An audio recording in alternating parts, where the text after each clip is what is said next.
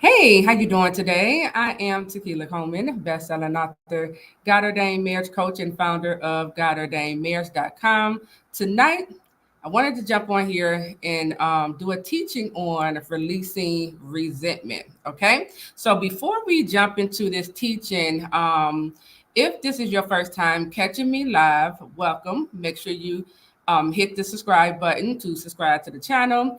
And also make sure you're liking the live video and sharing this live video out with others. Okay. So again, we're going to be teaching on releasing resentment tonight. And so let me start off by saying this. Okay. So you all know that I am called to the God ordained marriage, right? To specifically help to prepare God ordained spouses for their marriage, right?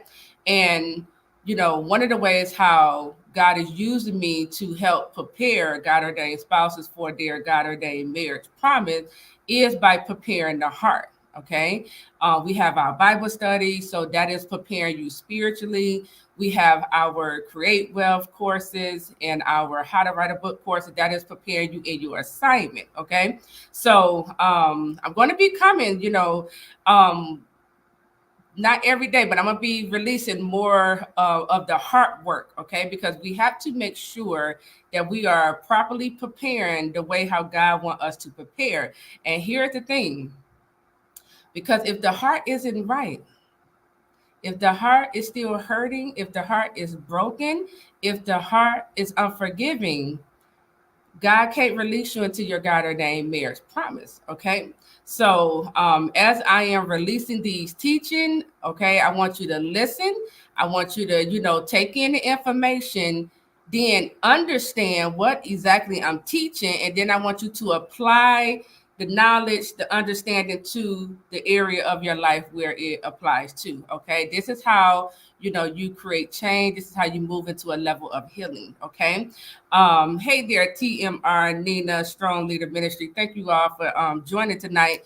So, and I'm doing this teaching, releasing resentment, because many of you are still asking me, Tequila, how do I let go? How do I fully let go of my person? And here's the thing, because if you it's hard to let go when there's no closure. It's hard to let go when your expectation wasn't met. It's hard to fully let go, and when you hear me say letting go, when God tell us to let go of our person, he just basically saying surrender this love story over to the Lord. He want us to get out of the kitchen, whatever it is that you're doing, that is keeping you updated, about your person. God is like, let that go. Okay. But it's hard to let go, and fully come away from these things when you need closure, when you or your heart is still disappointed, or you still have questions, or you need answers to, right? So this teaching is going to help you. Okay. It's going to help you, to really like move into this place of healing. Okay. Now let me say this. Hey, Michelle, thank you for joining us tonight. Let me say this, because yes, we're talking about, God ordained marriage. And we already know when you're standing for a God ordained marriage promise, depending on your love story, we already know this stance comes with a lot of heartache and pain. It comes with, a lot of trauma, okay, because of the thing, the attacks from the enemy, the things you're seeing when you're going in the kitchen, right? Um, but even though we're talking about all these things, releasing resentment, I don't want you to just focusing on your person. Maybe you have resentment that you need to release towards your mother or your father. Okay. Maybe you have resentment that you need to release towards yourself or your children or family and friends. Okay. So I don't want you to just box it into, okay, I'm going to just apply this to my person. No, wherever the resentment is showing up at in your life, I want you to apply this teaching to that particular area of your life. Okay. Because I say this all the time, prodigals would trigger unhealed wounds from your past. Okay. So you could be hurting right now and you can be thinking, oh, this hurt came from my prodigal, when really they just triggered it. They just came in there, and just messed with it a little bit, and they triggered the unhealed hurt that was still in your heart from your past. Okay. So again, this is why I'm doing these teaching. Okay. Because we got to move into a level of healing. Okay. We got to allow God to move us into a level of healing and heal our heart. So we have work to do. Okay. Yep. And so leave your questions. We'll open up a Q&A at the end. Okay. Oh, it's going to be good. This is going to be good. So I hope you have your pen and paper out. Go get your pen, go get your paper. Okay, go get your Bible. All right, because I have 8 pages of notes that I'm about to release to you all. Okay, so let's start with the definition for resentment. It has several meanings. So resentment, according to Google, means bitter indignation at having been treated unfairly. Resentment also means a feeling of anger because you have been forced to accept something that you do not like. Now, let me slow down. I started off with resentment. The first definition for resentment means bitter indignation at having been treated unfairly. So type bitter in the chat. I got to point this stuff out to you. So type bitter in the chat. The second definition for resentment means a feeling of anger. Type anger in the chat. So we got bitter and then we have anger. Put that in the chat. A feeling of anger because you have been forced to accept something that you do not like. And then the next definition for resentment means the feeling of displeasure or indignation at some act, remark, person, etc. Okay. Now, just from reading the definition, okay, we can kind of get a sense of what we're dealing with whenever you find yourself feeling resentment, right? Because you're not just dealing with resentment, you're also dealing with bitterness. You're dealing with anger. You also dealing with some displeasure, okay? You're dealing with also, because I also heard in that definition, some disappointment, okay? And I'm gonna add on complaining, okay? We're gonna tie this together, okay? So I need you all to understand if you are feeling resentment, you're not just dealing with resentment. You're dealing with anger, bitterness, displeasure, disappointment, complaining, and it could be some more things too, okay? Now, Job chapter 10, verse 1 in the NLT, it reads, I am disgusted with my life. Let me complain freely. My bitter soul must complain. You hear that? My bitter soul must complain. Bitterness, because resentment is a fruit of bitterness, okay? Bitterness take root in your soul. And here's how you know when bitterness has taken root in your soul, because now the fruit that's going to manifest is going to be resentment, anger, disappointment, complaining. You're going to hear that out of your mouth, okay? Your words might become harsh, okay? You're going to see the fruit of what is going on in your soul, okay? So understand, bitterness takes root in the soul, okay? And so we got to understand all of what we're dealing with, okay?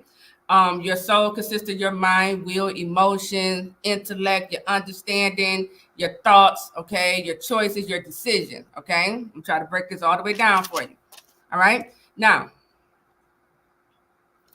we already know that everything is spiritual before it's physical, okay?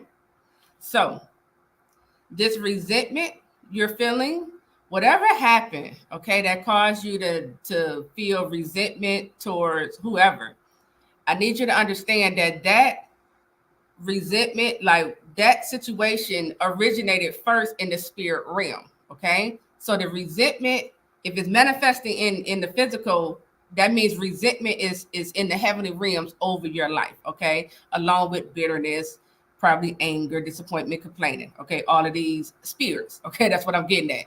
So everything is spiritual first before it's physical, right? I used to wonder, like, because I'm the type of person that sit down and do the work. But I used to wonder, like, God, I'm doing the work, I'm helping myself to get understanding about these things, but why the anger is still here? Why the resentment still here? And he gave me he was like, because you haven't dealt with the spiritual. I'm like, oh, like, oh, okay. So it's not we got to make sure we do the spiritual work and then the soul work. Okay. So let's talk about this spiritual work. Okay. Because the question becomes, just like I was saying, I'm doing all this work in the physical, but yet I'm still seeing the manifestation of anger and, resentment showing up, right? And even complaining. And it's like, why is that? Because I wasn't dealing with the spiritual work. Okay. Now, let's talk about spiritual work. All right. Spiritual work. So write this down. I need y'all to understand how the spirit realm work. Okay. In the spirit realm, first, a covenant is forged. Okay. So first it's a covenant. Okay. Then is a curse. I want you to see it like layers. So first, on the first layer, the first top layer is a covenant. The second layer up under covenant is curse. And up under the second layer, up under curse is spirit. Okay. And then up under spirit is the fruit of that spirit that you see manifesting in your life. Okay. So I need you to understand, if you're seeing like resentment manifesting in your life. Okay. So we see the fruit. Okay. We see the anger. We see the spirit of anger, right? We see the spirit of bitterness. You can see the spirit of disappointment. You can see the spirit of complaining, okay, coming out your mouth, right? That's the fruit. And when you see the fruit, we know that there's a spirit there, okay? And if there's a spirit, that also means there's a curse keeping that spirit there, okay? Curses for disobedience, Deuteronomy 28. And whenever there's a curse in place, that is a covenant that's sealing. This covenant is sealing this curse there, okay? 1 second.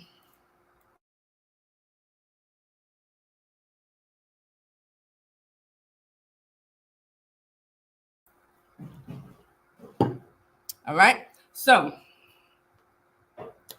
let me know if that's clear. Hope that's clear. Okay. So we have covenant, curse, spirit, and then you're going to see the fruit of that spirit. You got to understand the process. You got to know, okay, the levels, so that you know exactly how to deal with this thing in the spirit realm. Okay. Now, covenant means agreement. Okay. Covenant means agreement. Here's different ways. Okay. Thank you, Nina. She said, yes, she understands it. Here are some different ways on how we stay in covenant with the covenant of resentment. Okay. I want you to listen. Okay. Because again, if you see the fruit of resentment or anger or rage or disappointment, that means you are in covenant with this spirit. Okay. So the covenant of resentment is there, and it is there because we hold on to resentment, right? We hold on to resentment. If you don't know how to heal, you're gonna hold on to resentment. That's all you know how to do, right? We can tell ourselves, oh, I'm good, I'm okay, right? When you know you're not okay, you're hurting, you're upset, you're disappointed, right? And so not realizing, when we tell ourselves, I'm okay, I'm good, I'm over that, and you're not, you are still in covenant with this covenant of resentment. Okay, which is why you still see it manifesting. And here's the thing: sometimes with this, when you're dealing with this with the spirit of resentment, it come and go, right? 1 week you can be feeling good, you can feel like you gotten over it, but then the next following week, or a certain moment, or you might see the person, it triggers it. And now you back mad, you're angry, you're irritated, you're frustrated, you're lashing out, right? And you're like, I thought I dealt with that. No, you never came out of covenant with the covenant of resentment. Okay. That's another one. Thank you, Handpick. She said we get used to bottling things up, right? And that's another way how we stay in covenant with covenant of resentment, bottling things up, holding it in. That's one thing I used to do a lot, holding in. I used to hold in a lot of stuff, and that turns into depression. That can also cause you to have anger issues, right? Um, but also keeping people keeping people in our life who have mistreated us, and we keep them there because we expect them to treat us how we treat them. We keep them there because we hoping and wishing that one day they are going to see how much of a good woman or a good man we are, and they're gonna just out of the blue just decide to treat us good, right? And here's the thing about people that's broken and people who have mistreated you. When you keep them in your life, you're going to get more mistreatment if this individual isn't dealing with their hurt and pain. They're not going to treat you better because their heart is bitter. Okay. So keeping people in your life who is mistreating you, using you, abusing you, that's the way how we stay in covenant with the covenant of resentment. Okay. And we just keep on taking it. Sometimes, this can be a cycle, that needs to be broken off of your bloodline, off of your life, so that you can stop keeping people in your life who mistreat you and hurt you. Excuse me. Deciding not to forgive people, we can decide in our heart. We don't got to say it out of our mouth, but we can decide in our heart, I'm not forgiving them. No, and the enemy can come in and trick you into thinking if you forgive that person, then you letting them off the hook. And so you hold on to it and you walk around mad, right? You walk around upset, and so we want to begin to understand how we are keeping ourselves in this covenant of resentment. Wow. She said, I get triggered when I see the counterfeit stalking and refusing to let go. So you in the kitchen. That's what I hear. You in the kitchen. Okay. Yeah. And so wait a minute, let me see something. And so you got to understand, okay, because when we show up this way, when we show up this way, stand in covenant, because we're in agreement with this resentment, right? And when we show up this way, you got to understand we're now partnering with the enemy to destroy us, right? You got to always remember Satan comes to steal, kill, destroy. When you keep people in your life who had shown you, scripture say you will know them by their fruit. Their fruit is showing you, I don't have any intentions on being good to you. I don't have any intentions on being faithful to you. I don't have any intentions on treating you well. When we choose to keep these individuals in our lives, okay, we're going to get more of it. And Satan is like, yes, thank you. Keep them here because I want to use them to destroy you. I want to use this individual to damage you and break you down, right? And so this is why God say, let the individuals go. This is why in this God-ordained marriage stand, God is going to begin to move, you away from family and friends. He's going to begin to cut off, some of these relationships because you may not be able to see it, but these relationships are, damaging, to you. And God is like, no, I don't want my, child, my daughter, my son to be around the very thing that's trying to break them down. Okay. So we got to understand that. Let's talk about the curse of resentment. Let's talk about the curse of resentment because we got to understand, how did this curse come about, right? We're doing it. We're dealing with the spiritual work. How did the curse come about? Okay. So Deuteronomy 28, it talks about curses for disobedience, right? I really recommend for you all to take a day and just read Deuteronomy 28 up on the curses for disobedience. When you really see all the curses that comes upon an individual's life, it's gonna open your eyes to a few things because you're gonna be like, wait a minute, some of this stuff is happening already in my life. Mm-hmm. And then you're gonna start, like wondering, like, what did I do to cause this, open up this door to this curse, right?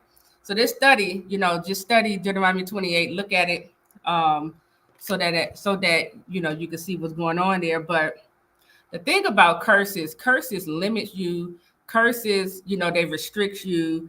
You know, and the thing with the curse of resentment, you really got to see this. With the curse of resentment and it's over your life, it's going to limit you to only receiving pain in and keeping love out. I'm going to say that again.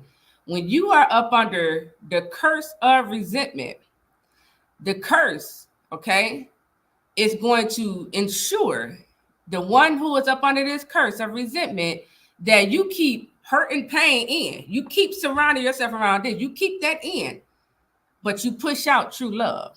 You push out in a way what is good and what is good and healthy for you. You got to understand the trick of the enemy.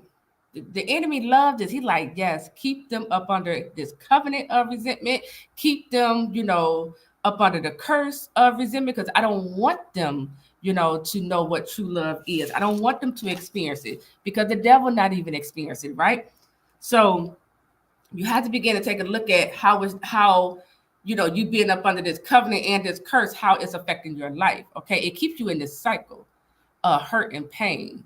It keeps you in this cycle. It has a voice. I don't know if y'all ever noticed it, but it has a voice. It tells you you can never be happy. It tells you you're gonna always go through this. This only happens to you. It has a voice, right? So we gotta begin to become aware of how this curse of resentment is affecting us and keeping you in this cycle, where you're getting more heartache and pain. You just welcome in more heartache and pain. Okay. And when you are up under the curse of resentment, your body comes up under attack. So when you go over to Deuteronomy 28 and you read curses for disobedience, you're gonna learn and read about all the sickness and disease that comes upon the body, right? Because of the disobedience. And here's the thing, excuse me.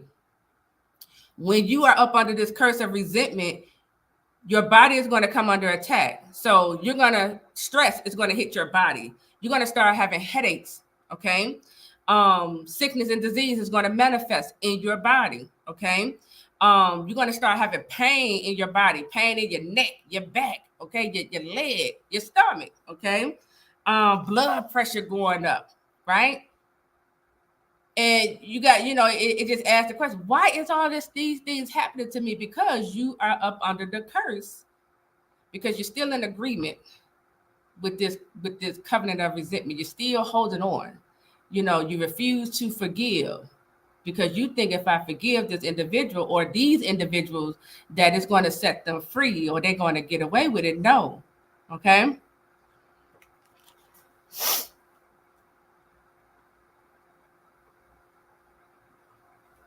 Right. So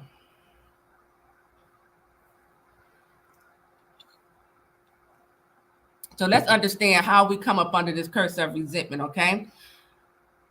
There's many different ways how we come up under this curse of resentment, okay? Number one, working against spiritual principles, okay?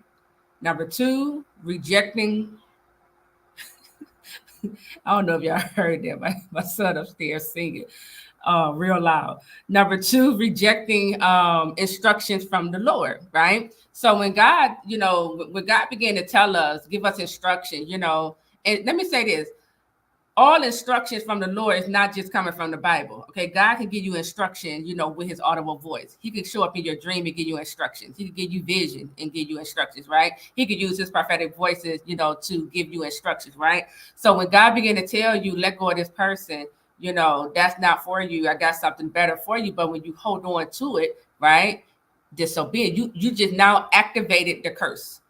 Okay, you just activated the curse. We got to begin to understand that this stuff is like, we got to understand the spiritual world is real, okay, and it's always watching you. So your decision is going to determine whether to activate blessings or curses in your life, okay? So when God gives you an instruction, but you tell God what you think is better and you do the opposite, okay, there you go. You up under the curse, Now you're stressed out. Now you're exhausted. Now you're tired. Now, you can't get any rest, right? Now your mind is coming under attack. Now your health is coming under attack, right? Because of the disobedience. So we got to become aware of, when God tell us to do things, we got to have quick obedience, okay? I don't know about you all, but I get tired of these curses. You got to have quick obedience, okay, when your father begin to speak to you. Now, here's another one.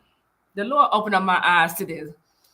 In Ephesians chapter 4, verse 31, it say, let all bitterness and wrath and anger and clamor and slander be put away from you. You hear that? It say, let all these things be put away from you, along with all malice. Here's the thing. The scripture is here. Ephesians chapter 4, verse 31 is telling us to put all these things away from us, right? But when we choose every day to bottle up that anger, we choose to act like I'm good, I'm okay, you working against the spiritual principle. You activating curses because you working against what this say. It's saying let all bitterness, wrath, anger, clamor, slander be put away from you. The question becomes, well, how do I put it away? Right? How do I put it away, Lord? Right?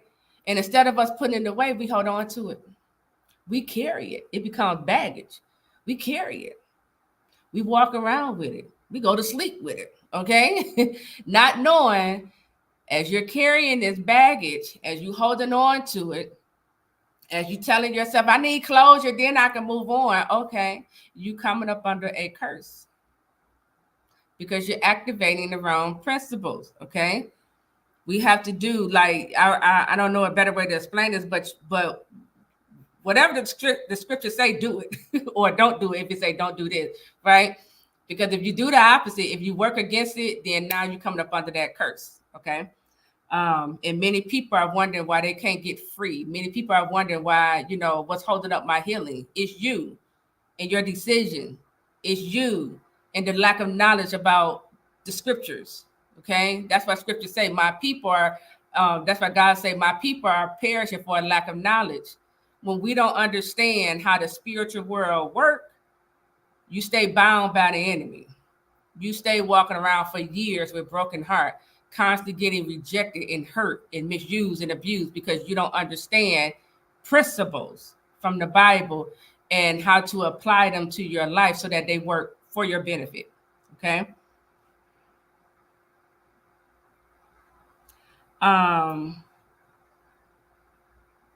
So when God tell you, here's another one. When God tell us forgive, God been speaking all throughout this stance. He's like, forgive your spouse, forgive your spouse, forgive your spouse, right? And some of you have forgiven your spouse, but I want you to, when I say this part, I want you to just assess yourself, right? But when God say forgive your spouse, in the back of your mind, you have all the reasons why, you're not.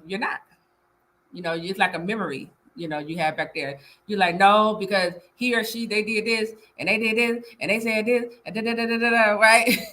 Not knowing God is trying to help you in this process. He's trying to help you to, have a clean heart, a pure heart, right? By telling you, forgive them. I think what the problem is that we don't really fully understand the work. How do I put away these things?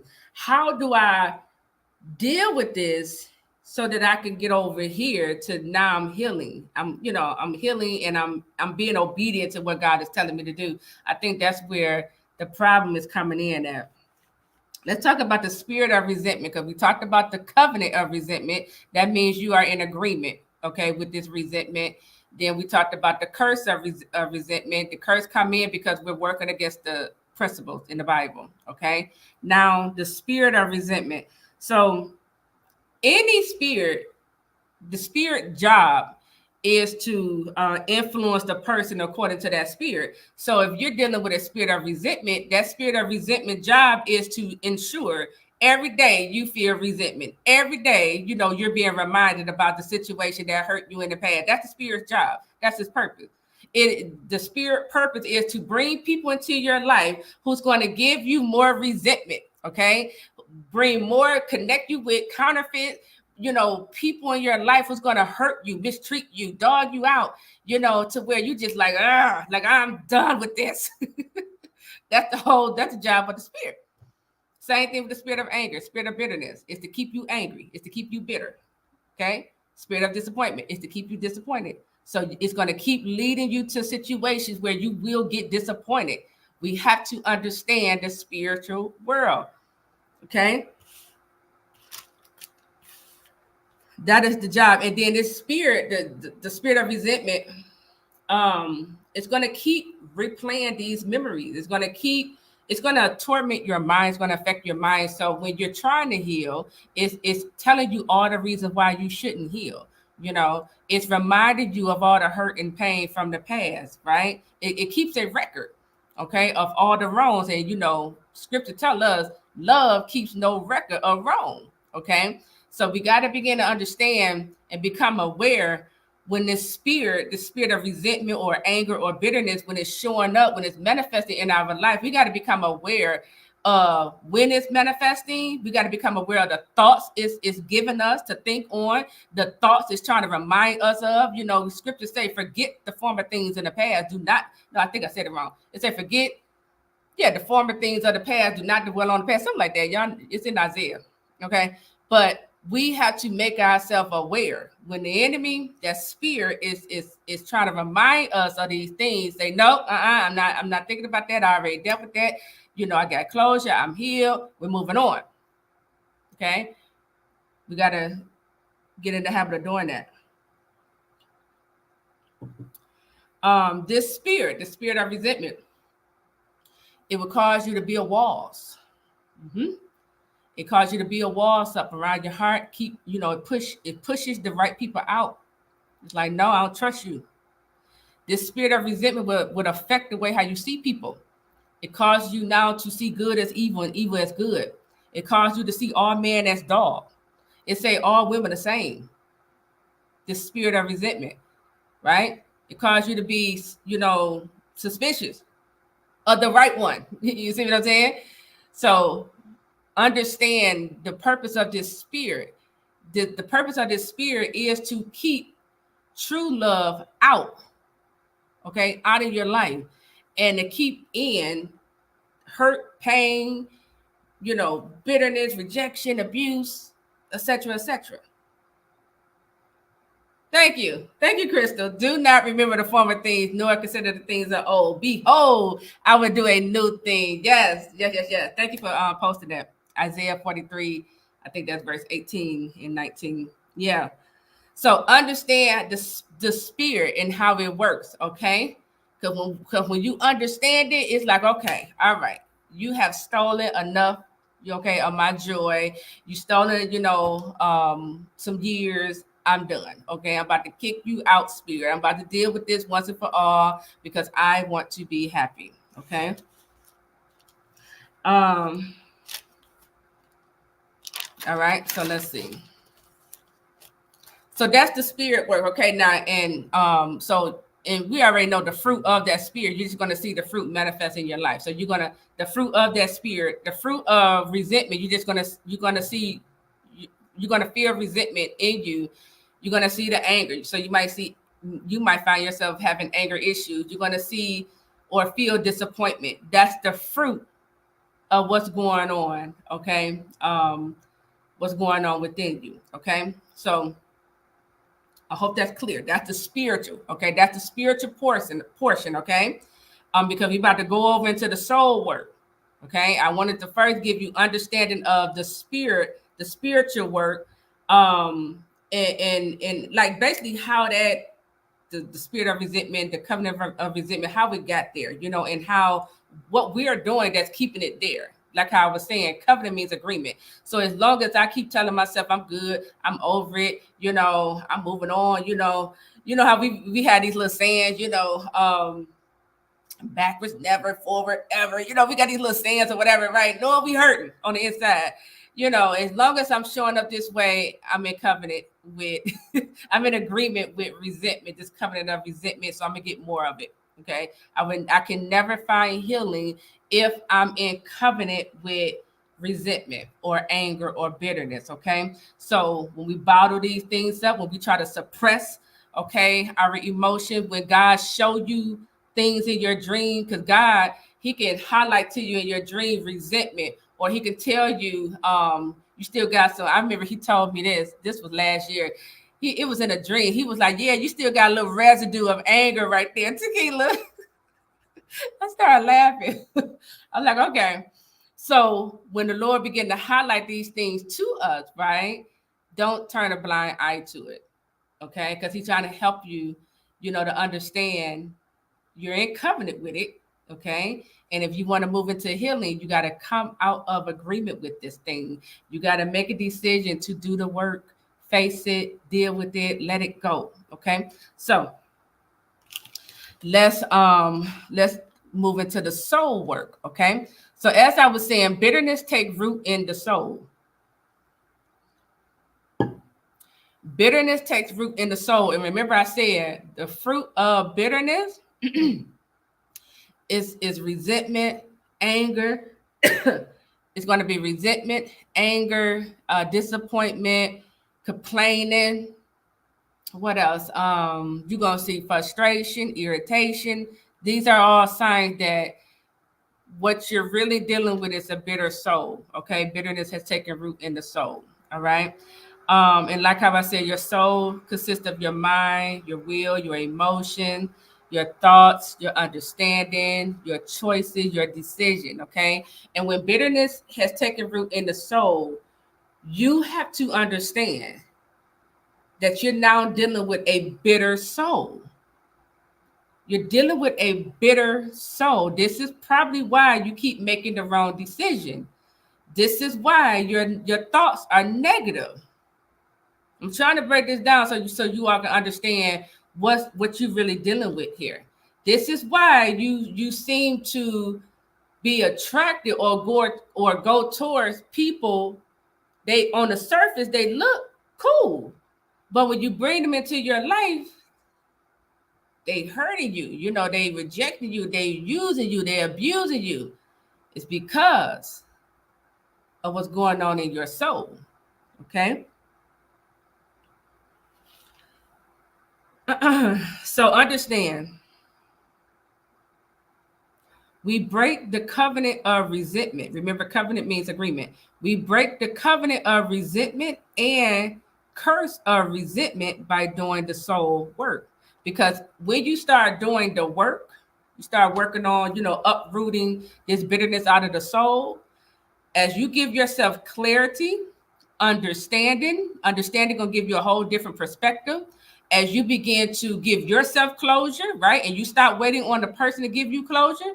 Okay, you start waiting on this person to give you something you may never get. Okay, and I'm about to say something, y'all gonna be like, and you start waiting on that apology, and you say, you know what, I'm letting it all go, right? That's when the covenant of resentment and the curse of resentment has broken off of your life, because you're choosing, you've renewed your mind and you're choosing to come out of agreement with it. Okay, I'm no longer holding on to it.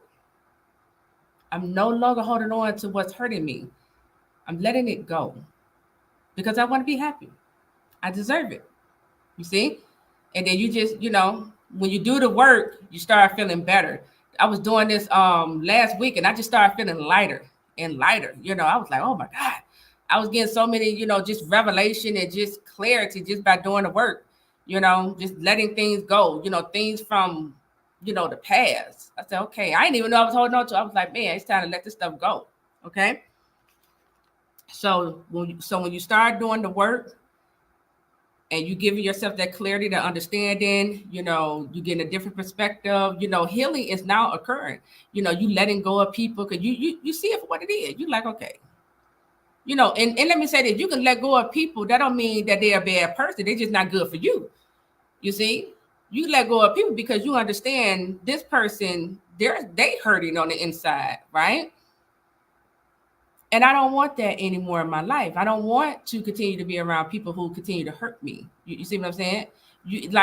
in this process, in this God-ordained marriage stand, something need to click in your mind to where you just say, you know what, it's time out.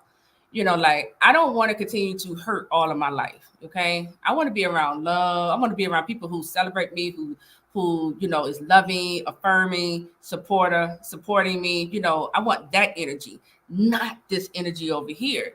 And somewhere in you, you gotta begin to see yourself as worthy and say, you know what?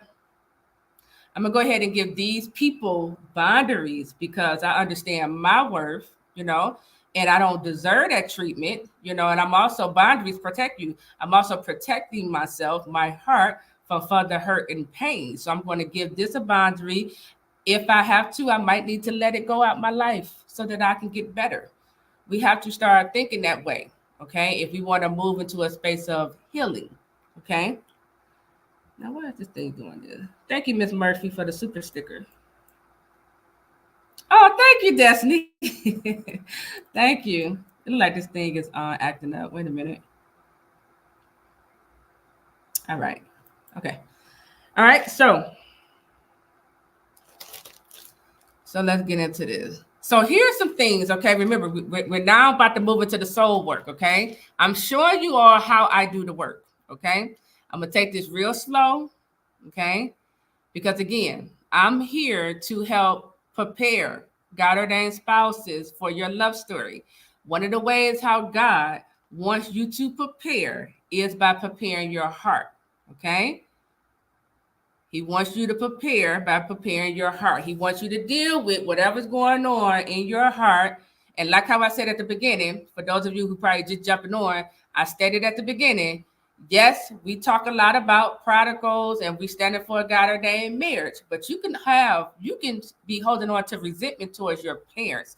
You can have resentment towards your siblings. You can have resentment towards exes in the past. You can be holding on to resentment towards friends or family members, okay? So wherever this resentment is showing up, because we're about to move into the work, I want you to apply the work there, okay? Don't just keep this focus on your prodigal. No. Put it there if it need to go there, but also release that resentment towards your mother. Release that resentment towards your father. Release that resentment towards your ex, okay? Release the resentment towards your boy or your girl, okay? Like your homegirl, whatever, okay?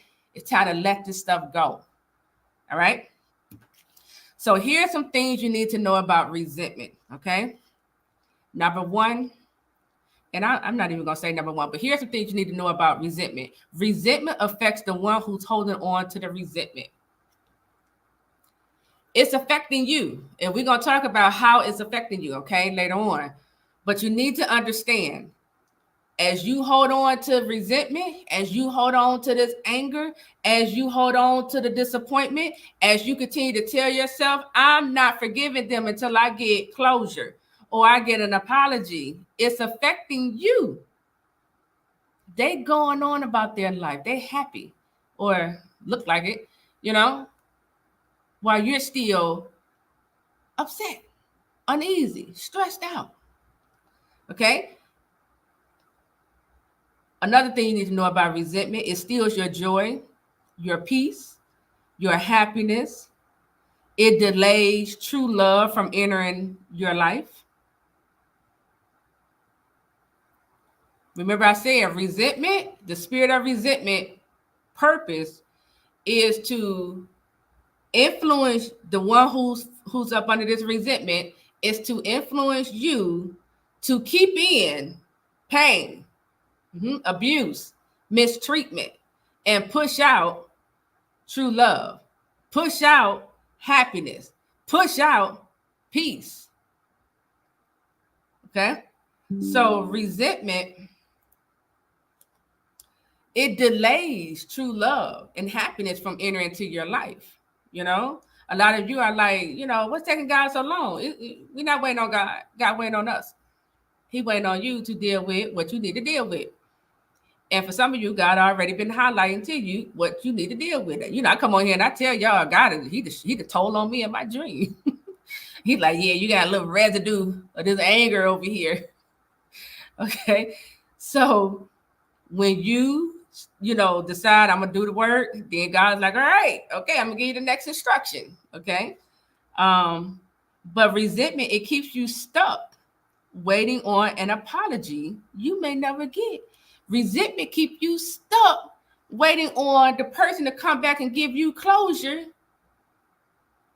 You may never get it. When we understand that, we're able to say, you know what, I'm gonna let this go. I'm gonna let this go. I'm going to apologize to myself for how long I held on to this resentment. I'm going to give myself the closure I need that's going to help me begin to take steps moving forward. That's how you have to, like change the stuff around. Because if the person who hurt you, if they don't see that they were in the wrong, if they don't feel like, they were wrong for hurting you, if they justify their action, you're going to be waiting a long time for that closure and apology. You're going to be waiting a long time for them to admit that they were wrong because they don't see it. Or maybe they do see it, but maybe it's pride that's in the way. So you can't put your life on hold. That's nothing. Resentment will cause you to put your life on hold. You can't put your life on hold. You can't allow the enemy to keep you in delay of what God is trying to bring into your life. No, you want true love. You know this. This is what your heart desires. So it's like the question becomes, how long are you going to continue to keep your own heart's desire on delay?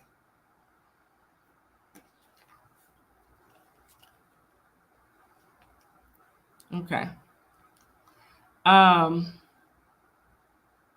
Resentment. When you're dealing with resentment, it causes you to sabotage yourself, and it causes you to sabotage, healthy relationships. It does, because number one, when you really understand resentment can also lead to you not feeling good enough, right?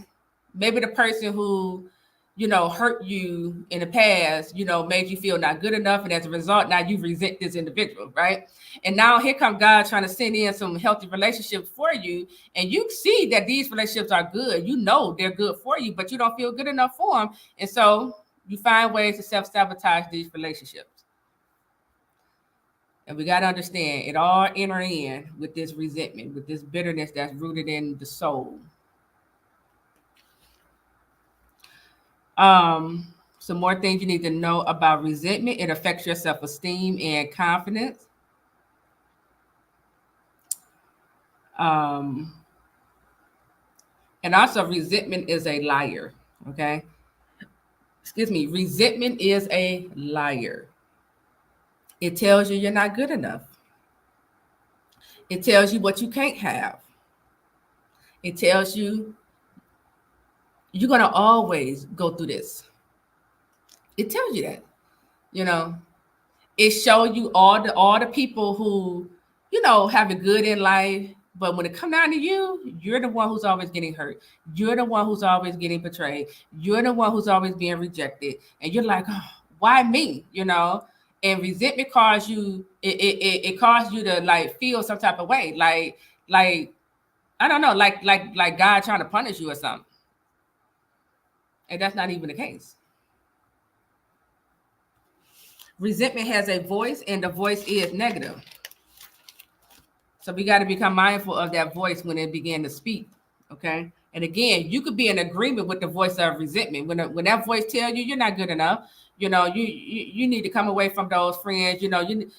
When that voice of resentment begin to tell you all the reasons why, you can't have God's best, you got to begin to ask yourself, you got to begin to challenge this stuff. You got to know how to shut down that voice of resentment, right? Because if your Heavenly Father, if He already presented the best to you, okay, evidently God, He believed that you are deserving of the best. So, I'm telling you, this is how we got to look at this thing. We got to see the enemy in it and know how to shut it down.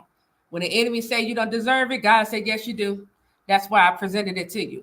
Okay. You got to learn how to come into agreement with what God said and reject what the enemy is telling you. Okay.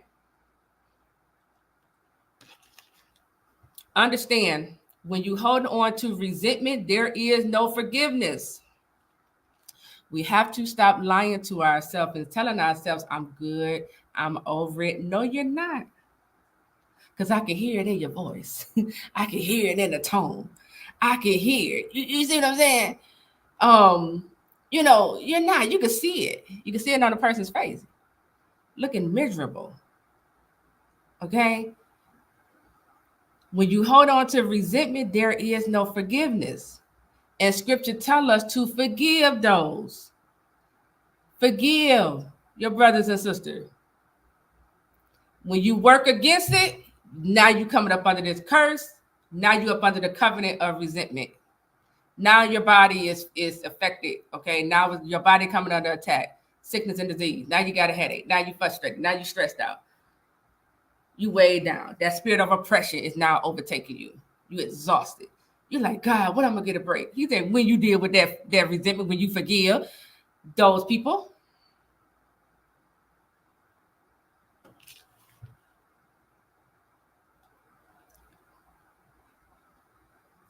Forgiveness is what breaks resentment's hold on the heart. I'm gonna say that again. Forgiveness is what breaks resentment hold on the heart. Okay.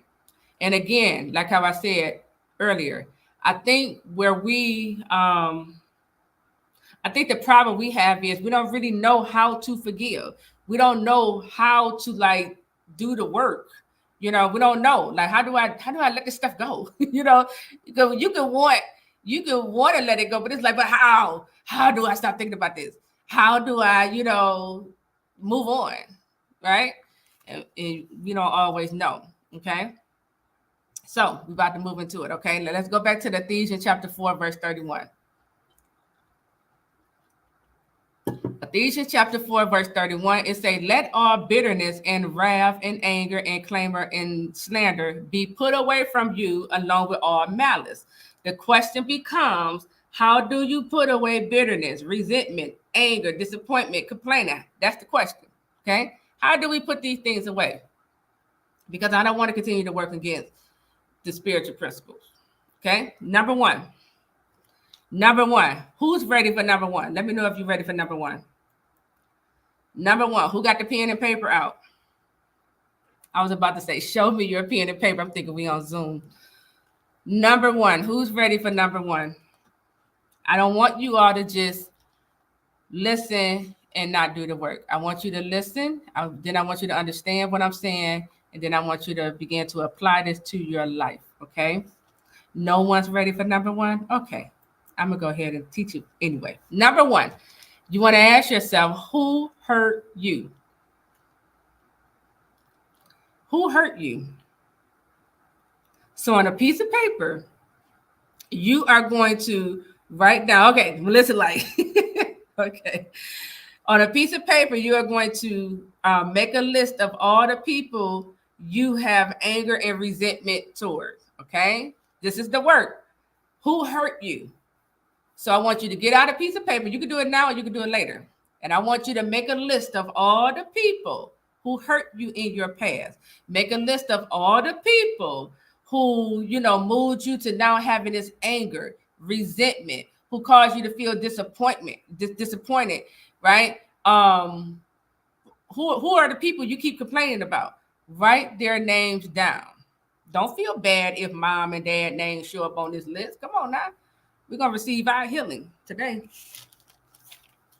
So number one is who hurt you. Number two, what happened? What happened? So when I do this process, I go right back to the name. So let's say I've written down 10 names. I'm about to go back to name number one.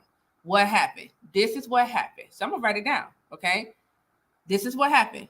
What did the person do or say to you or about you that has now caused you to feel resentment towards this individual? Okay. So you got to go deep. What did the person do? Or what did they say? Or what did you overhear? Right? Maybe you overheard some things, or maybe what they said came back to you, and as a result of someone letting you know what was said, it now caused you to now move into this resentment towards this person. What was it? Write it down. Don't hold it in. Write it down on a piece of paper. What were the words? Okay? What were the words that you heard? What did the person say or do to you? Write it down. And let me say this, because I didn't give y'all my disclaimer at the beginning, okay? Let me go ahead and give you my disclaimer, okay?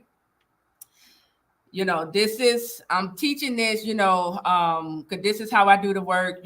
This is how, this is how I do the work and receive healing. If at any time, while you're asking yourself these questions, you feel like you're going to hurt yourself, stop.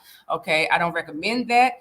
I'm teaching this for educational purposes to help you to prepare for your God-ordained love story. But just know while you're doing this work, you may feel the anger coming back up. You may feel triggered. Okay. You may feel some type of way. Okay. And so if you continue to watch after I give you this disclaimer, that means you take responsibility for your actions, not Tequila. Okay. So the number one was who hurt you. Number two, what happened? Okay. Number three, if words, so remember I said in number two, maybe you have overheard, people saying things, negative things about you, and maybe that hurt you and moved you to now having resentment or anger. Okay. Or maybe they could have just said some bad things about you, right? Number three, if words were said about you, okay, that hurt you, I want you to ask yourself, is it true? Is it true? Whatever was said about you. Okay, so let's say the person said, "Oh, they're not good. They're not good enough." Is it true? Is it true? Maybe they said something bad about your appearance. Is it true? That might be what they think, but is it true? Is that your truth? Okay, because here's the thing. People say words hurt. They do. They do. But could it be, right? Could it be if it's words that you're dealing with that now has moved you to start resenting this person?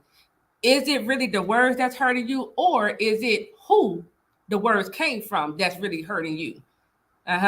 Because when we hear things that came from someone who we highly esteem, someone who we love, someone who we never expected would say these things about us, that's what really hurt. Yes, it could be the words too, but that's what really hurt, that it came from you. You see what I'm saying? So get down to the bottom of it. Is it the words that's really hurting you, or is it who it came from? Because you had high expectation for this person. You never thought this person would say these things about you to others or even to your face. Let's get some clarity here. Remember, healing comes as we get clarity. Healing comes, when we, understand why I'm mad. Why am I mad? Why I'm holding on to all this anger? Let's get to the bottom of this. And this is what we're doing. This is the work. Okay. And so again, when we're dealing with words that hurt you, is it true what they said about you? Is it true? Only you know your truth. If a person say you're not good enough, are they right? Not at all, because you are the one who get to decide, whether or not you're good enough. Just because that person is blind to your value don't mean you're not good enough. You're more than enough. You're a king, you're a queen. Okay? You got to understand, whoever don't see your worth, they're not on your level. They're not, okay? They don't have eyes to see you on that level. All right? And then I'm going to say something else. Let's say what they said is true. Let's say what they said is true about you. Okay, so instead of getting mad, how can you now take what the enemy said about you that now has hurt you, and what can you learn from it? How can you make it better? Let me tell y'all something. I'm going to be very transparent and honest with you. The enemy, in the beginning of my God-ordained stance, came from my appearance, ripped me apart. Okay, I heard a whole lot of stuff about my appearance. And you know what? It hurt it. But as I was listening, I said, oh, okay. Okay, now I know where I need to level up at. See, the enemy thought that they was gonna tear me down. I used what the enemy said about my appearance, and I level up. I used it for my benefit. So whenever you're dealing with words that hurt, and it might turn out to be true, how can you use it to your benefit? What can you learn about what they said? How can you improve it? How can you make it better? Because remember, when the enemy is speaking and saying all these things, it's doing that because it's trying to like beat you down. It don't want you to be, get up, be better, whatever. Okay, I'm gonna learn from this. Help me to become better. I may not like what you said, but I'm gonna use it to my benefit. Sure am. So allow the truth to make you better, not bitter. Okay, allow the truth to make you better, not bitter. Number 4, I want you to ask yourself, how is holding on to the anger, the pain, the resentment affecting you?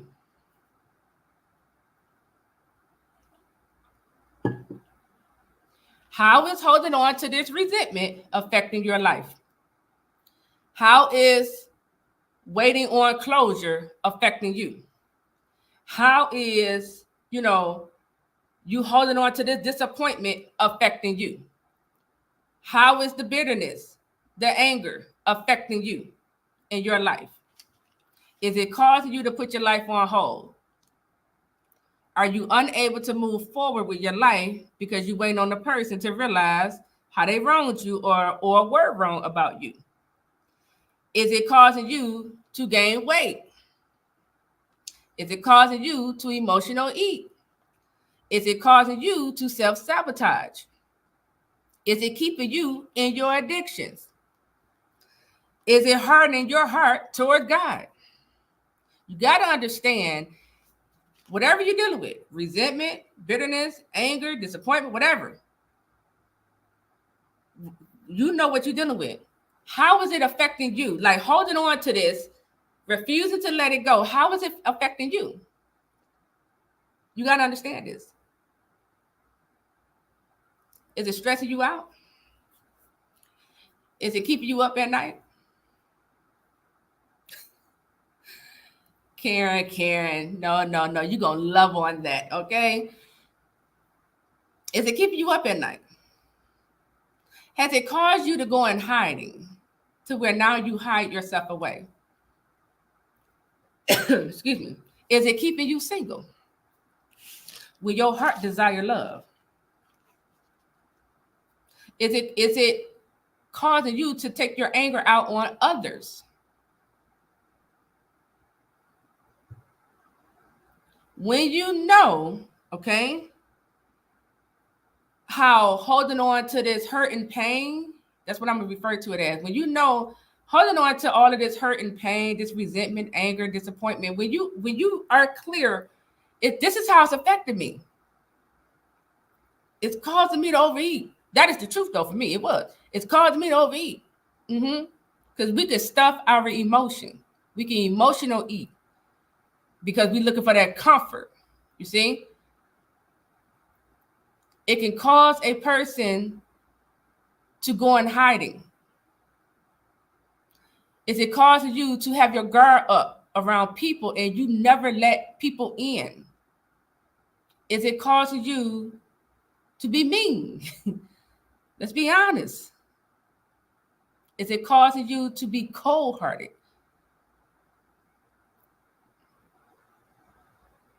Don't get me started, Gigi, because I be over here like, look, okay, with the comfort food. Right? So I really want you all to ask yourself, how is this, as I'm holding on to whatever you're holding on to, how is it affecting me? Is it working for me? Or is it working against me? Is it sabotaging your goals? You have a goal, to accomplish X, Y, and Z. But because of the anger, because of, the resentment, because of the past, because of the hurt, the pain, the abuse, how they used you, how they mistreated you.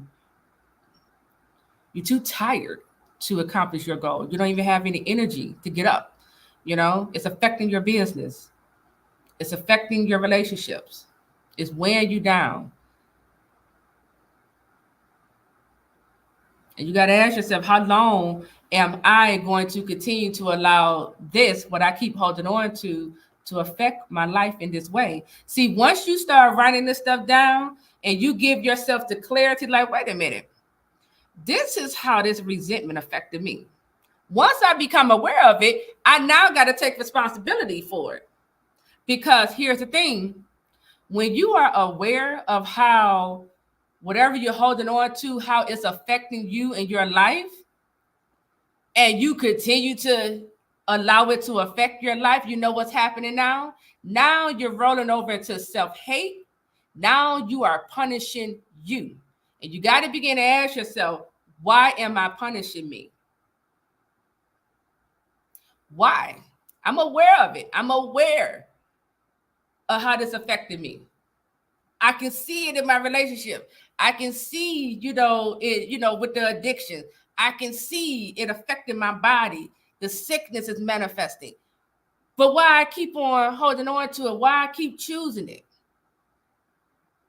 What is it about me that I hate? You got to go there with yourself. Why do I feel like I got to keep punishing me? What is it in your past that you haven't forgiven yourself for? You got to break out of that prison if you want to walk into freedom, okay? You got to ask yourself, how long will I continue to hold on to this? Because it's affecting my life. It's affecting my goals. It's affecting my health. It's affecting my peace. How long do I want to continue to be depressed? How long do I want to continue with these anger issues? How long do I want to continue, walking around feeling sad, feeling like a victim? Let's go there. How long? When God said you have the victory. Come on now.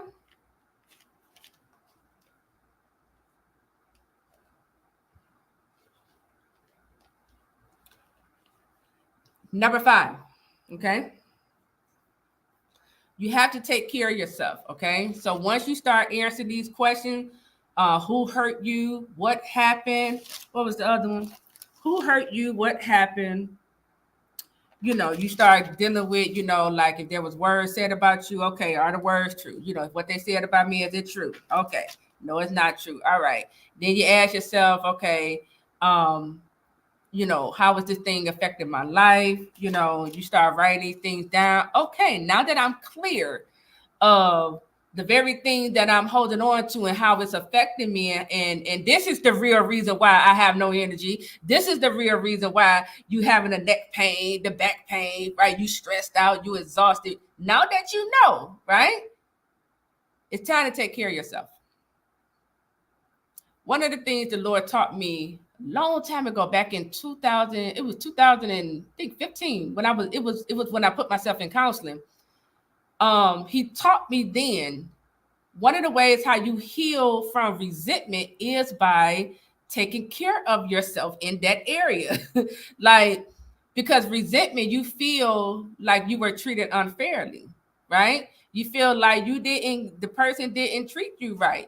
They mistreated you. They used and abused you. So the way how we bring healing to that, I have to now take care of myself in that particular area, that I was mistreated or abused, in.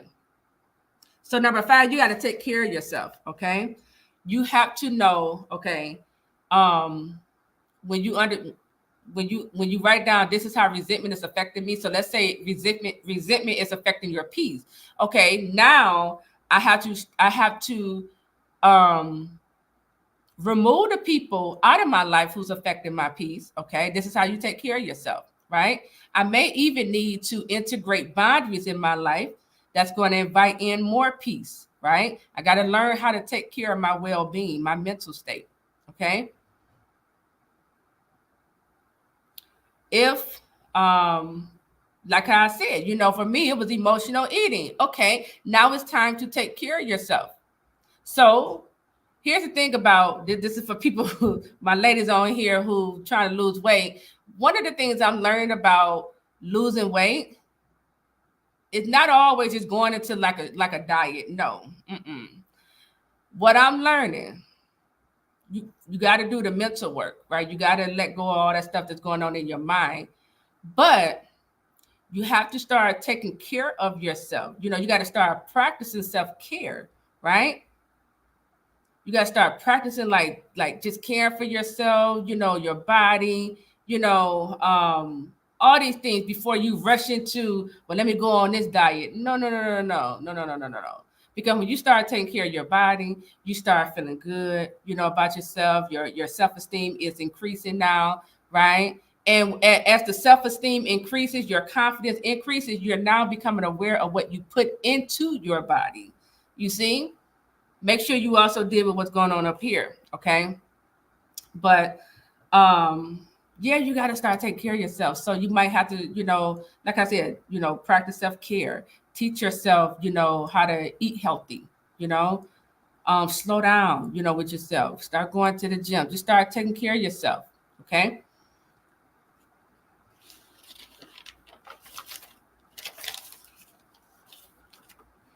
And for my single mothers, because I know I got some single mothers on here from my single mother community. Let's talk. Because here's the thing, and I realized this as I was doing the work last week. I'm not afraid to say it. I realized, right, that I was holding on to resentment because I was doing everything on my own. I resented that. I resented the fact that I gotta do all this stuff on my own, right?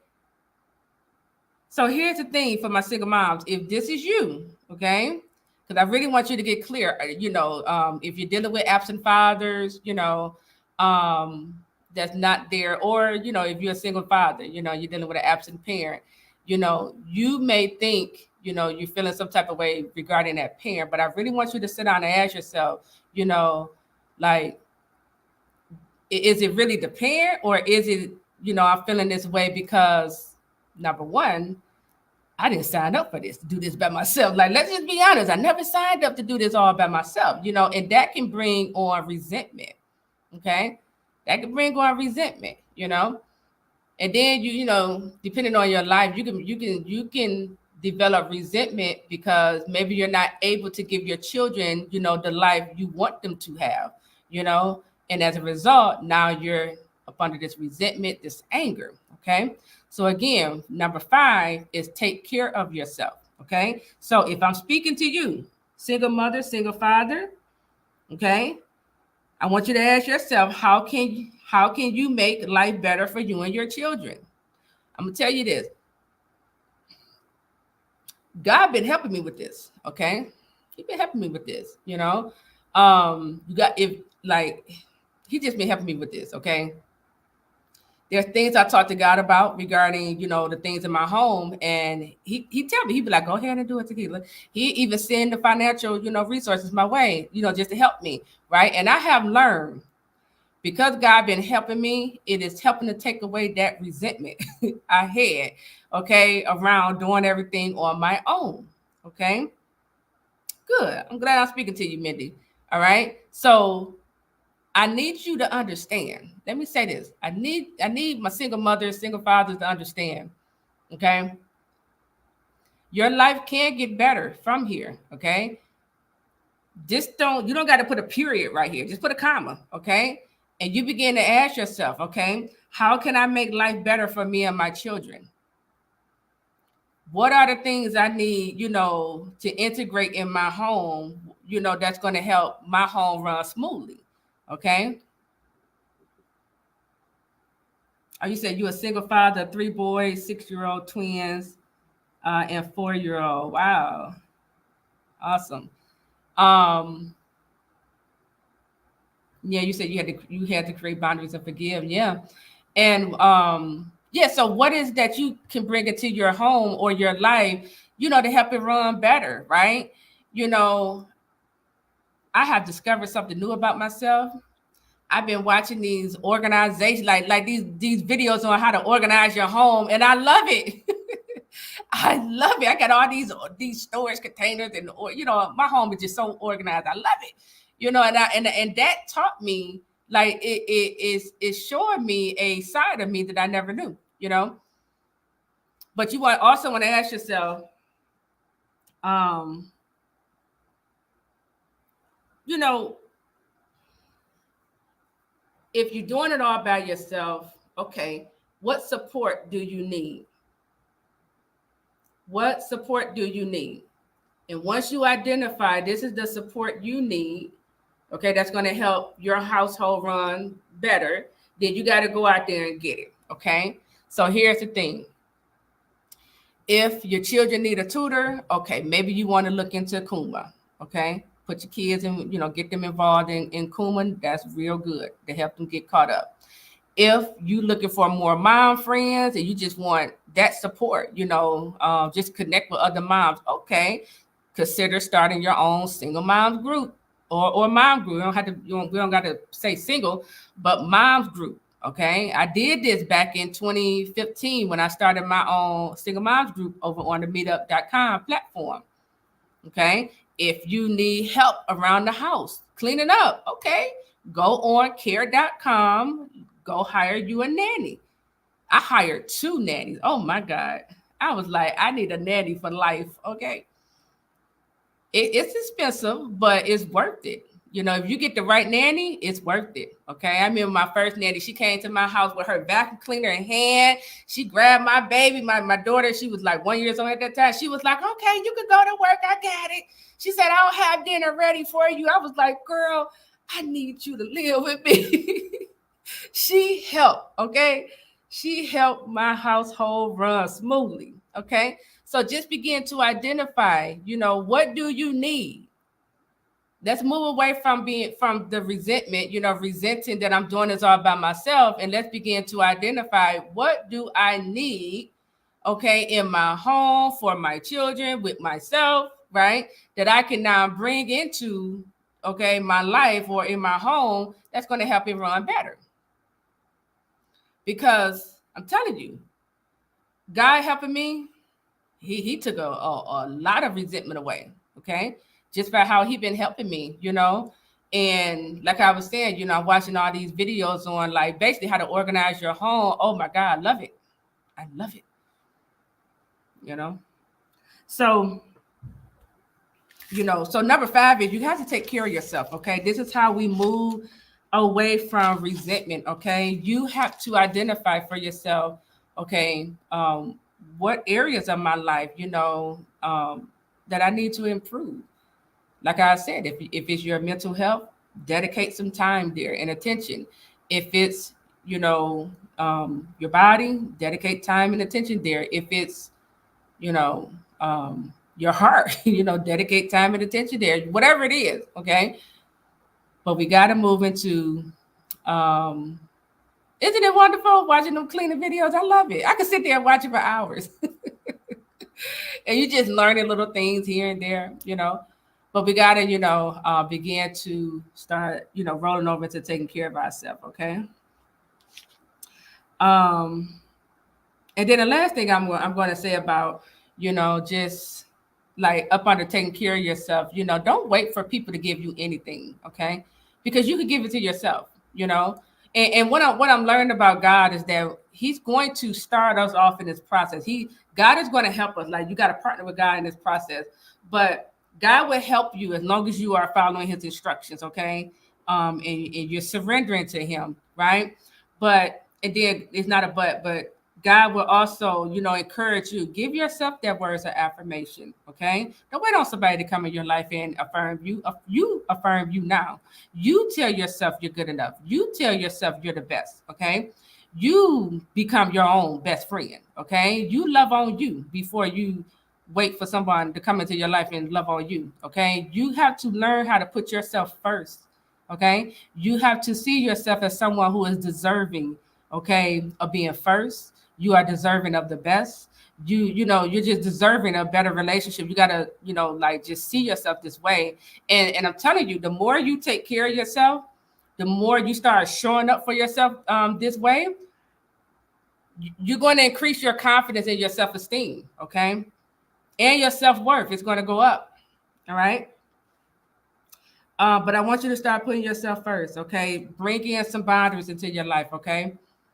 So that it can push out the negativity. It can push out the wrong people, okay? Whoever have a problem with your boundaries, that's why you have them there, okay? For people such as them who have a problem with it, okay? Everyone's not going to respect your boundaries. Everyone's not going to agree with it. They're going to try to make you feel bad for having boundaries, but you have to know these boundaries are here to protect me. These boundaries are here to protect my heart. I'm not going to be a wall around my heart. I'm going to place boundaries around my heart, okay? Boundaries are there to protect you, okay? And be patient with yourself, okay? Be patient with yourself. That's what I'm learning. I'm learning how to slow down. I'm learning how to slow down, and stop rushing and just really just enjoy the moment. We have to get in the habit of enjoying the moment, okay? Um, but those are the steps on how to release resentment, okay? We have to, when you're dealing with resentment, anger, bitterness, whatever the case may be, you have to deal with that spiritual work, okay? Remember, you break that covenant of resentment and the curse of resentment when you start doing the work. As you do the soul work, you understanding, okay, this is how the person hurt me. This is how it's affecting my life. You make a decision, okay, I'm ready for it to stop affecting my life. I want to be better. When you make that decision, excuse me, and you start taking the steps in the right direction, right? That's going to invite in, the peace, the love, taking care of yourself, then now you're coming out of covenant with this resentment. Now you're no longer like, you're allowing that resentment to go. You're allowing it to just go. You're letting it go because now you're taking care of yourself. You're giving yourself what the very person wouldn't give you. They refuse to acknowledge you, you acknowledge yourself. Okay? Whatever it is. They don't want to give you the words of affirmation, you affirm yourself. Okay? But we got to deal with the spiritual work and then we do the soul work. Okay? This is how we release the resentment and move into love and healing. Okay? So, what questions do you all have? Oh, that wasn't too long. I thought this was going to be real long. Yeah, thank you. She said, this is so good. I've been holding a lot of resentment in my heart towards my prodigal. So, go through the steps. Okay. We already know who hurt you. You say prodigal. Okay. What happened? So answer the question, on a piece of paper. This is why I'm holding on to the resentment in my heart towards the person. Then I want you to ask yourself, okay, how is that affecting me? How is me holding this resentment in my heart toward my person affecting me? Because really, let's go there. Let's talk about this. Let's talk about it. When we hold resentment in our heart towards our person, we don't notice, or maybe you do. You probably heard me say this.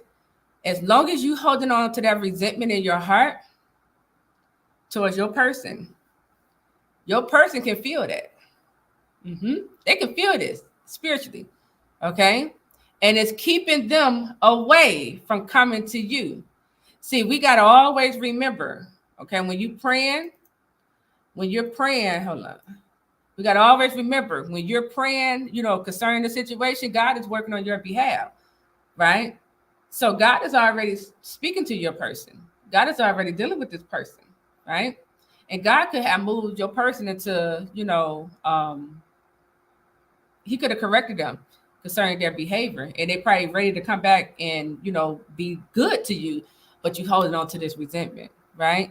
And the thing about resentment, when we hold on to resentment towards our person, while God is doing a new thing in the person, we can't see that new thing that God is doing because we still holding on to the past person. We still holding on to the hurt. We still, even when a person is standing face to face with us, we won't hear what they're saying because you're still hearing from the past. We can't see how they changing because our lenses is still affected. Okay, we still seeing the person as the one who hurt us. That's the trick of resentment. So we gotta move into a level of healing.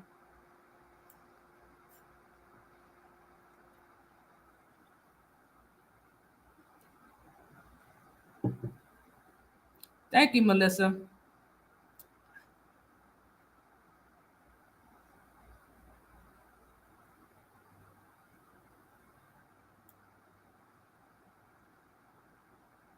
Oh, I'm glad you feel so much lighter, Allison. That's the goal. That is the goal. You know. Yeah. They can feel it. I'm telling you, they can.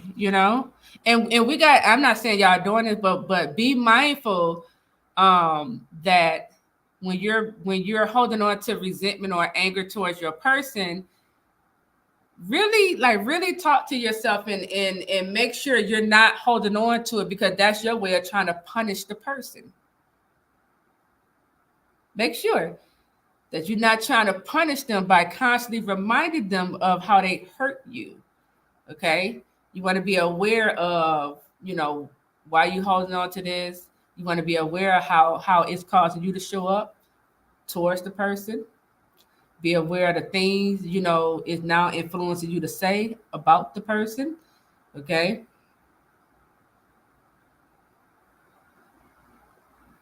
Yes. She said, I guess that's why my prodigal always used to ask me if I was mad at him. Yeah, because he could feel it. He could feel it. He could sense it. He could see it on your face. You could be trying to have a normal face, but you could see it. Mm-hmm.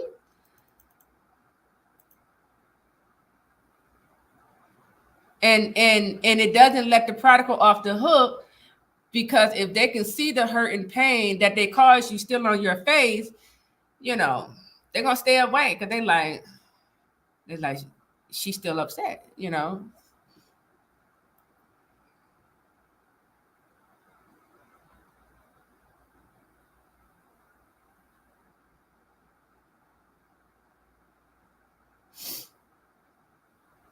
welcome. I'm not doing any dream interpretation.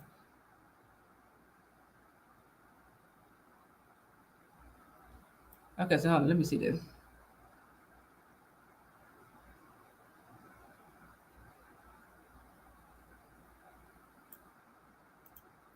It's so hard sometimes to believe that they care because they have not forgiven me and I see no fruits from the spirit. Divorce is soon, and I am just praying for reconciliation. I have done all I can, and that's the thing. When you know you have done all you can, that's when it's time to just surrender. Okay, I understand what you're saying. That it's hard to believe that your person cared because of how they're showing up and how they are behaving. But try not to allow that to cause you to feel some type of way. You like how you said you done all you can. You know all the ways how you tried to make it work. If the person was unwilling, then you had to surrender. you know and in that surrendering you got to find a space where you're able to like you're able to give yourself that clarity and closure to move forward. Because here's the thing: we can't force anyone to be with us. We can't force anyone to see our value. We can't even force people to hear us out. The person got to be ready to hear you out. Just know and understand that as you are praying, and because God see everything, as you are praying and you inviting God into this situation, a day is coming where God is going to deal with your person.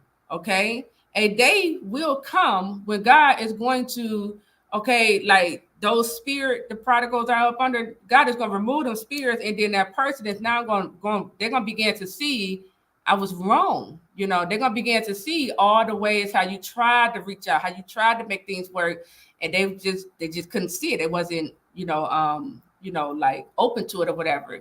And they're going to have to deal with that, you know. But in the meantime, like how you said, you done all you can. You done all you can. So now it's time to move forward.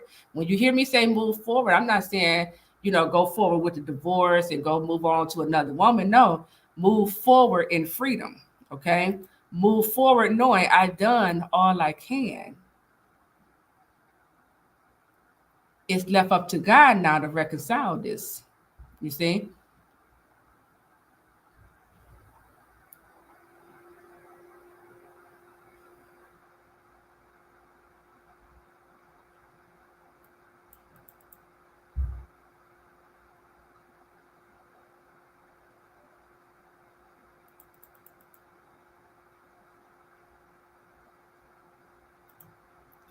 What do we say when they blame us and say, you did this to us, and fault me and say I knew exactly what I'm doing?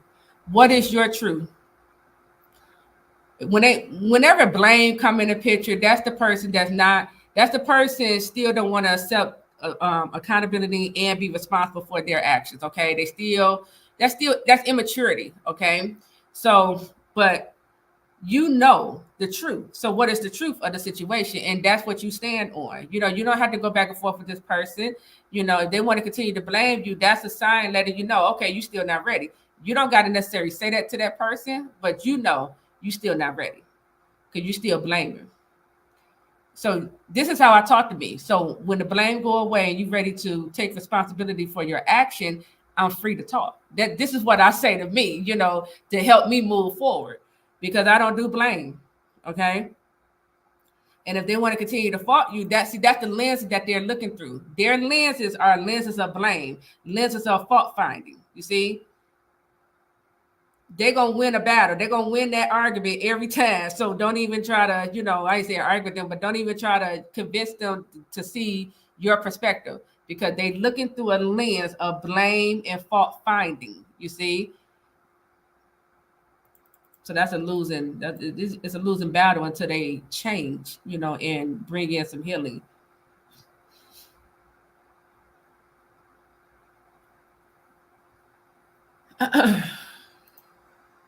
God told me He is being transformed. I'm new here. Is there any revelation you have pertaining to when God began to transform them? Yeah. So, um, number one, hold up. Number one, you gotta understand. Let me be clear on what I'm about to say. I'm referring to this is the person who God has told you and revealed to you several different times. This is your God ordained spouse, the person who God has, chosen for you to do life with. Now, once you have that confirmation, in order for you to see change, transformation happen in this individual, number one, you have to pray the scripture, the word of God over like the person. They don't got to be there, but you just covering the person in prayer, okay? Because God's word cannot return back to him void. So we got to put them seeds of prayer in the ground, okay? That's one of the ways how the change or the transformation is going to come about. Number two, you have to change and transform, okay? Because when your person begin to see you changing for the better, transforming, when your person see how God is promoting you and elevating your life, it now gives them a revelation. I want that. Because maybe your person, maybe the prodigal didn't even think it was possible to have a better life. But because they watching you and they see how God, has taken your life from point A to now Z and it's better, it gives them hope. Okay. And another way you can look at this too, when you change for the better, because your person could have had some complaints about you, that they probably didn't like. And it could be true. And now you're changing for the better, you see? And so now the complaints are going away. And now they see that you're changing for the better. This opens up hope. It's like, okay, now they considering, okay, now they can see, all right, maybe I need to change too. I want this now. Okay. So a big piece of this is the prayer and you doing the work. The work is going to come from what God tell you to do. Whatever instruction God is telling you to do and work on, do that work. Okay. And there's other ways transformation comes about, but I want to focus in on those two ways.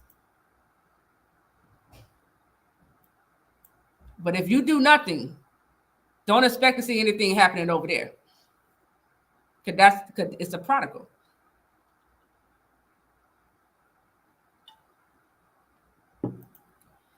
Does having resentment against others who are not your prodigal keep your spouse away from you? It can. It can. It all depends on how. If you holding resentment towards other people, and you know, I don't, because that can affect how you show up towards your spouse. That can affect how I don't know how you showing up, but it can keep the person away from you because you can show up in toxic ways. You can be pushing them away and not even realize it. You know, you could be treating them the way how the person who hurt you treated you. You see, taking it all out on the prodigal. But yeah, it can.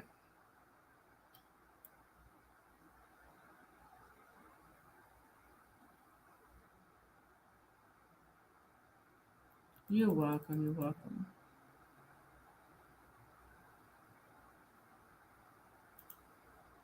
Would God ask me to stand for my marriage if she moved on and is having a child with this new guy? I still love her and pray for her salvation. You, I want you to tell me, okay, all the ways how God is confirming to you to stand for your marriage, okay?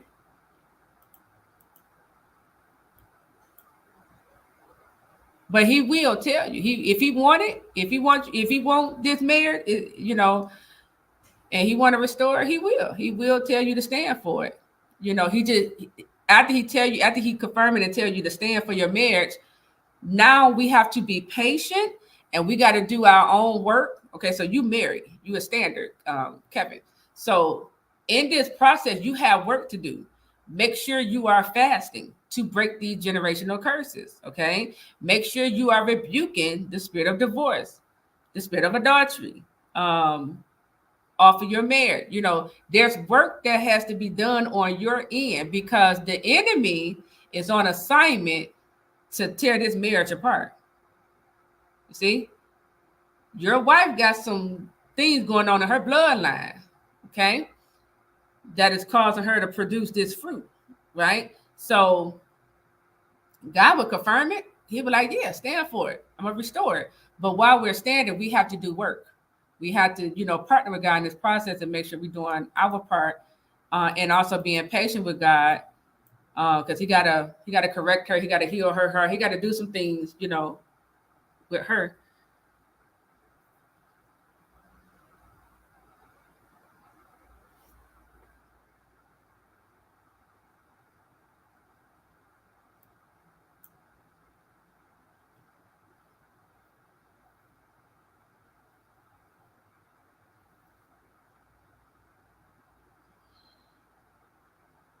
Oh, thank you, Miss Smith.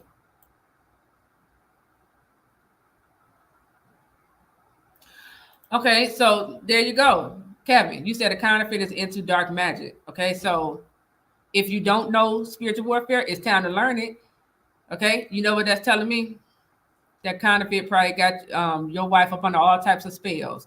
It's time to go on a fast to break these love separation spells, binding spells.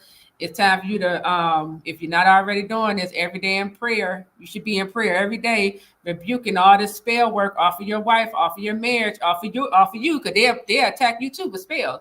Okay, you want to, be tearing down, or you got to go heavy in fasting and prayer and tear down the marine kingdom off of your marriage, okay? Because that counterfeit, that's why your wife is there. This is spiritual manipulation.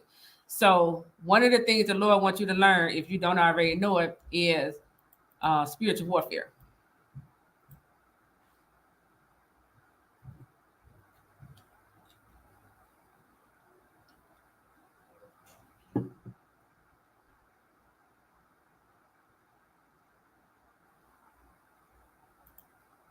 I'm having a hard time. I asked God, how is it true love if the person only wants you when you're at your best? I loved him as a prodigal. I told God I don't understand that. Yeah. So, how do I want to answer this? The thing is, you said you asked God, how is it true love if the person only wants you when you're at your best?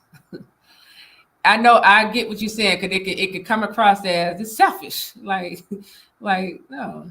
Um, it will turn out to be true love, okay, when it's all said and done. When God reconciled this, because God has to teach your person what true love is, okay?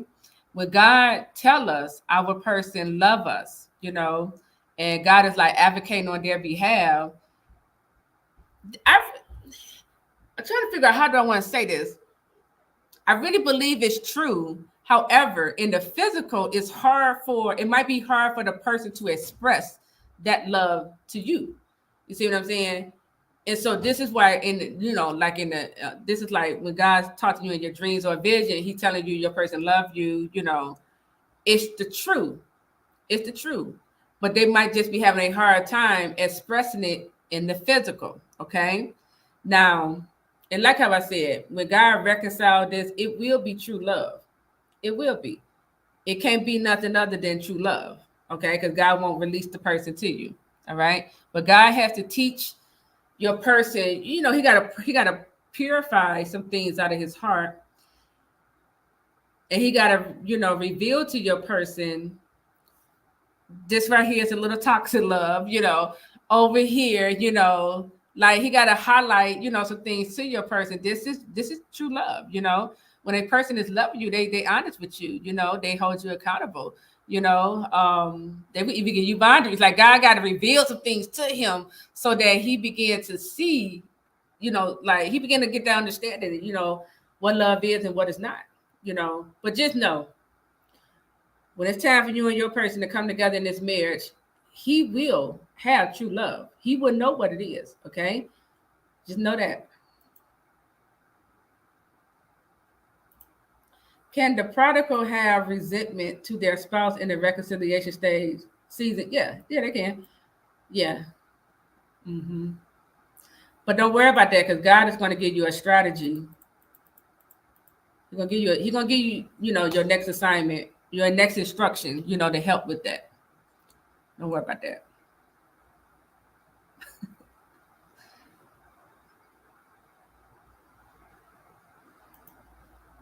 He will. You're not going to get fake love. So I'm gonna say it this way, okay? Because I get what you said. I get you. I get you. We right here. I get you. Okay. She's like, I want someone to love me through anything. Okay. Like if I'm ride for you, you ride for me. I get you. I understand you. Okay. Um, right now, you just dealing with a prodigal that's hurt, that's broken, and he needs to be taught a few things, you know. That is what it is. You just dealing with someone who needs some healing, correction. They need to be taught.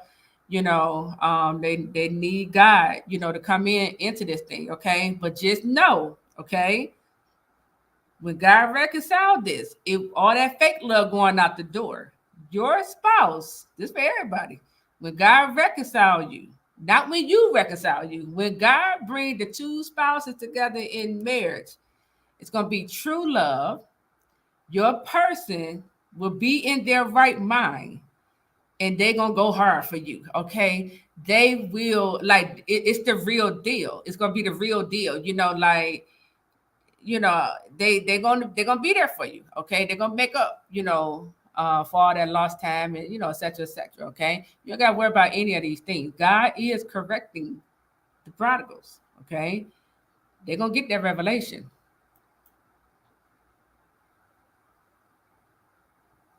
Have I seen a prodigal lie about being married?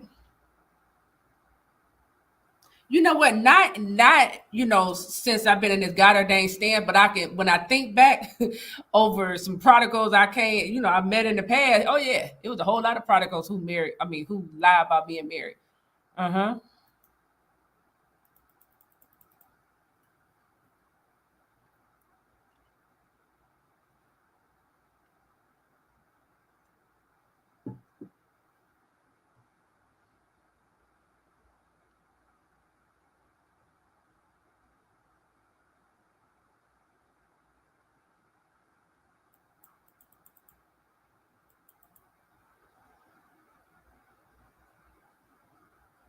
Okay, let's talk about this. She said, "This is so accurate. Me and my prodigal just reconciled. The warfare was so intense. Every single time after a 3 day dry fast, I would get really sick, like a cold flu every single time. Then you said God has been doing a purification. He's been treating way different. It's scary. Uh-huh. You know why it's scary? Because you haven't been doing all the work you're supposed to be doing. See, that's why God want us to, while we are in divine separation, this is why God want us to do the work on ourselves, because we could be fearful of love ourselves. We can, and when because we know God is going to do His part, right? And just like how you said, God been purifying His heart, and now He's back treating you different, and you're not used to it. You're not used to it. You're like, oh my God, it's scary. Uh-huh. That scary is telling me there's something there that needs to be dealt with within yourself. Okay. So deal with it, because you don't want to self-sabotage. Okay. It's something, I don't know if you still expecting for this person to hurt you again or catch them in a lie or cheating, but it's more work needs to be done in that. But congratulations, for the reconciliation.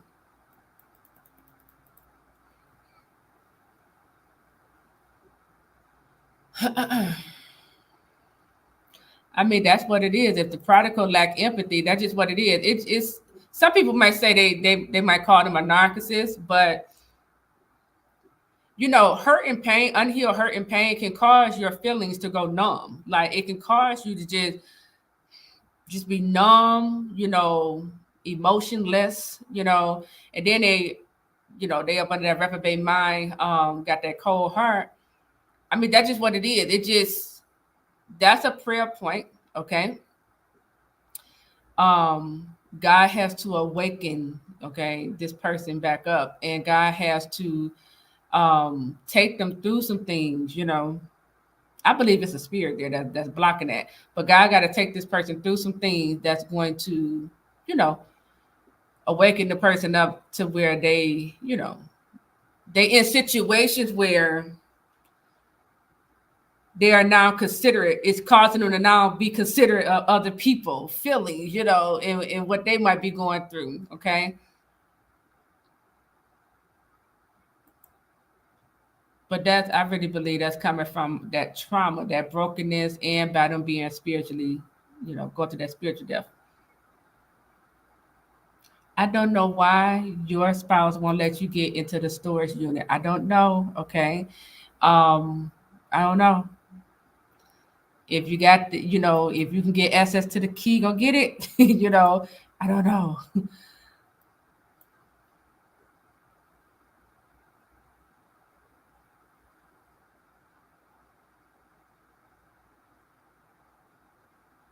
Hmm.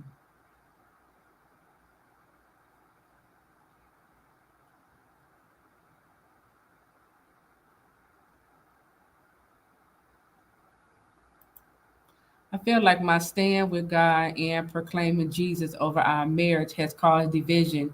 My wife thinks I am crazy and a Jesus freak because I am standing for my family. She is under witchcraft. Yeah, and the enemy wants you to think the enemy wants you to think that that ever since you've been standing with God and proclaiming Jesus over your marriage is causing division.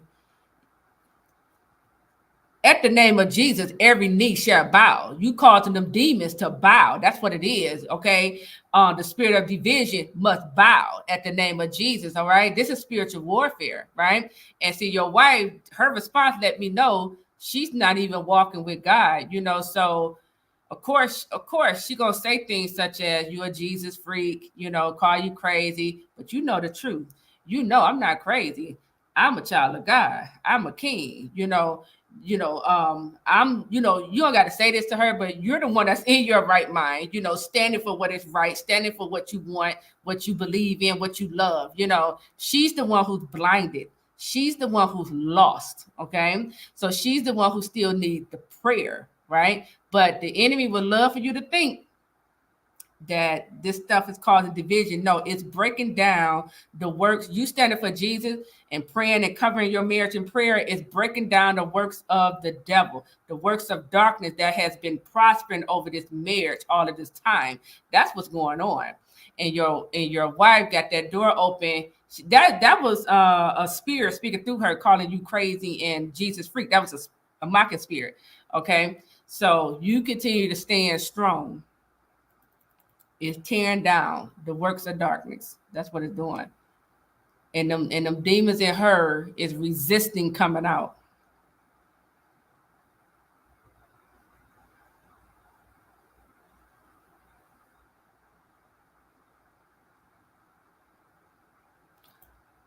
Okay.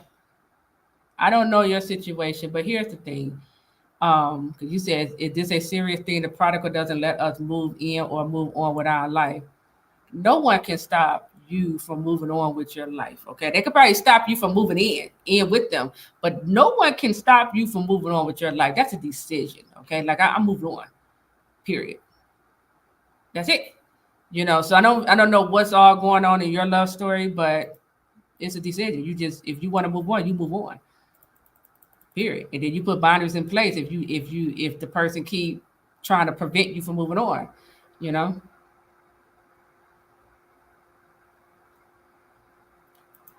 My husband doesn't believe I've been faithful through our separation. How can I prove myself or give vindication on that? You don't prove yourself to your husband. No. Mm-mm. Mm-mm. First of all right, you talking about a prodigal husband? Of course he won't believe it because he know what he's doing. Okay, but you don't ever allow anyone to put you in a situation where you prove yourself. No, you either believe that I'm faithful or you don't. Period. And the fact that your husband doesn't believe it, that's letting you know one of the problems in the marriage. Okay, we got trust issues in this marriage. Why is that? Okay, but you don't have to prove yourself to anyone. You know you're being faithful. You know how you showing up in your marriage. You know what you're doing, and you know what you're not doing. That's it. That settles it. But don't ever feel like I got to prove myself to my spouse just so that they feel secure. No, they need to do their own work to feel secure. Okay, your husband know how he's showing up. He know what he's doing and not doing. Okay, concerning his role as a husband.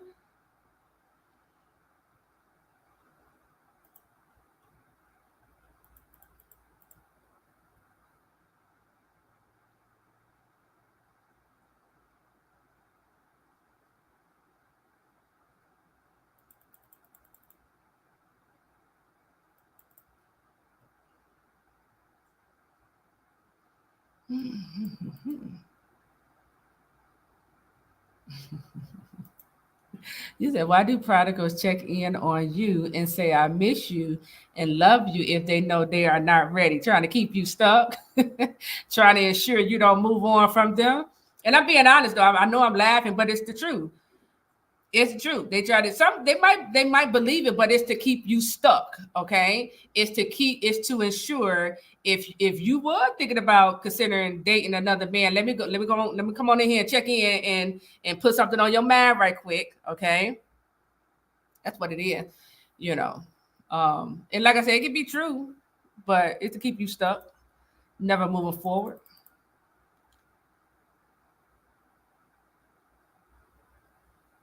Because here's the thing. Let me go back to this. Here's the thing. I just call it what it is. I call spade spade. Don't keep checking in with me, telling me you love me, um, or you miss me, and your action saying the opposite. I'm about to block you. I know we ain't supposed to block, but I'm just saying, because you ain't gonna be playing with my feelings. You're not gonna keep on, because they know women we get stuck on word. They know this stuff, so you're not gonna keep on massaging my ears. And then when I look at your action, it's saying something totally different. So I got to put a stop to that.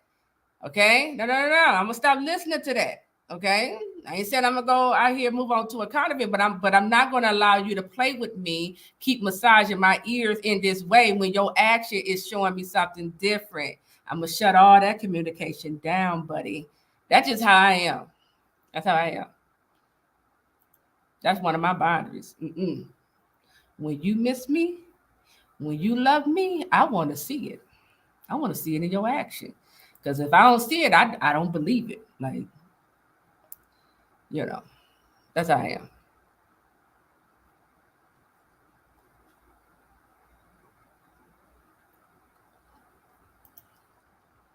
You say your prodigal called you weird for standing. It's been 2 years. She told someone, I'm just continue to be faithful. These are word curses, These are word curses coming out of the enemy's mouth that's operating through the prodigal. And we got to rebuke these word curses, okay? And that's also letting me know. I wonder,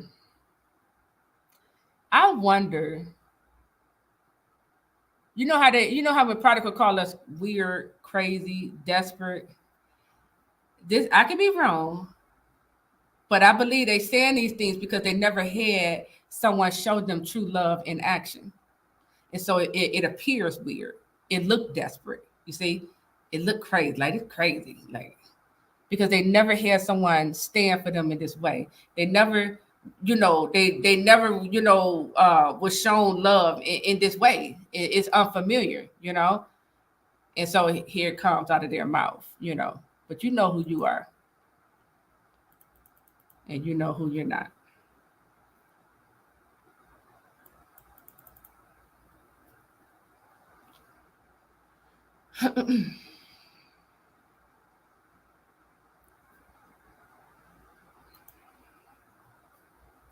How not to lose hope when you are physically and emotionally tired. Excuse me. How not to lose hope when you are physically and emotionally tired of the spiritual attacks. It's years of pain, and I feel like I don't belong to this reality all the time. Well, you're going to have to stay connected to the Lord. Make sure you are, engaging in, the spiritual warfare, like the prayer, the fasting. You're doing that. You praying every day. You integrating fasting into your lifestyle on a regular basis.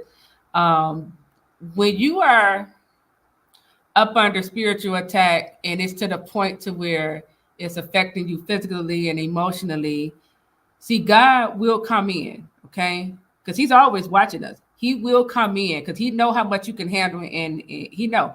He will come in and he'll be like, all right, enough. He'll call the enemy off. He'll be like, all right, enough. And he'll let you know, okay, how he's about to move things forward, okay? But if this stuff continues, the question now becomes, are you, and let me say this, we got to make sure we're doing our part in this stance, okay? Because the whole reason why, when we understand why is the spiritual warfare here, it's because God is allowing it. Why is God allowing this? Because he's trying to train me. But if I'm not allowing the spiritual warfare to train or develop me or even push me to level 2, from level 1 to level 2, then 3 and 4, right? Then you're going to stay up under the attacks. Because God is trying to teach you what you don't know. He's trying to, give you revelation, right? So we got to make sure if we want this stuff to, calm down, we got to make sure we learning spiritual warfare, we growing, we moving with God, because I'm not even gonna lie. When y'all get to like stage 7, 8 and 9, it get harder. But it get harder and the attacks increases, you get new enemies and stuff. But because you understanding this thing, you could kind of sustain, you can kind of deal with it. You see what I'm saying? So just make sure you're doing your part. But when God see that, you've reached your limit, He's gonna call it off. He's gonna call it off, and He's gonna come in and He's gonna help you You'll see.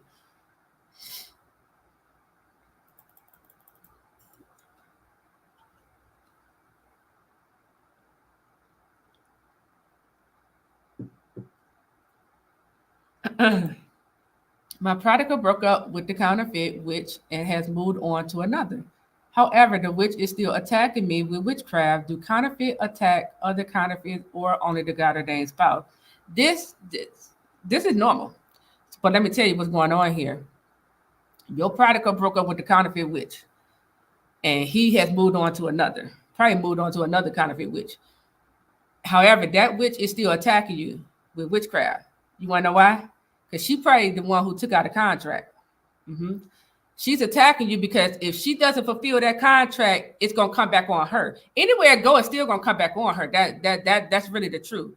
You know, when they participate in witchcraft and they at the altar, you know, sending these spirits, you know, doing all this stuff, it's coming back on them regardless. It's built in. It's a principle.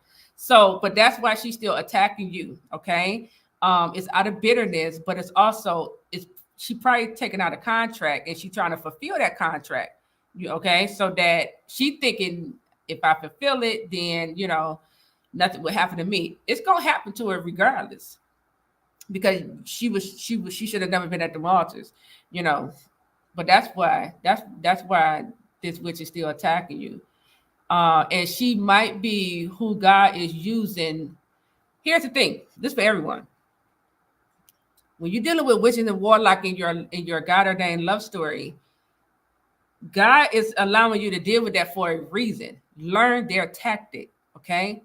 Allow the witch, the warlock who's attacking your love story to teach you about spiritual warfare you didn't know, okay? Allow it to teach you. Allow it to train you. Allow it to make you better in spiritual warfare. Because that's why God is allowing you to go through it. Okay. And you said, do counterfeits attack other counterfeits or only the God ordained spouse? It could come, I mean, they can attack other counterfeits. They could do that, and they can attack God ordained spouse. But she's attacking you because I believe she took out a contract and she's trying to fulfill it.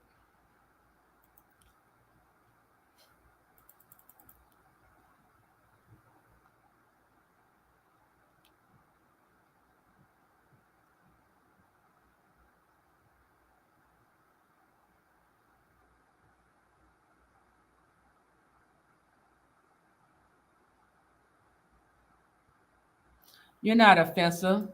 You was bold. See, the truth is offensive, okay? A rebuke is offensive. You keep on doing what you're doing, okay? And that's a way how they try to shut your mouth too. When you bring correction, you know, regarding what's demonic, they'll say that oh you've been offensive. Don't judge us. They'll say that too. Don't judge. Like whatever. I'm not judging. I'm telling you the truth. Okay, you're not supposed to be doing it.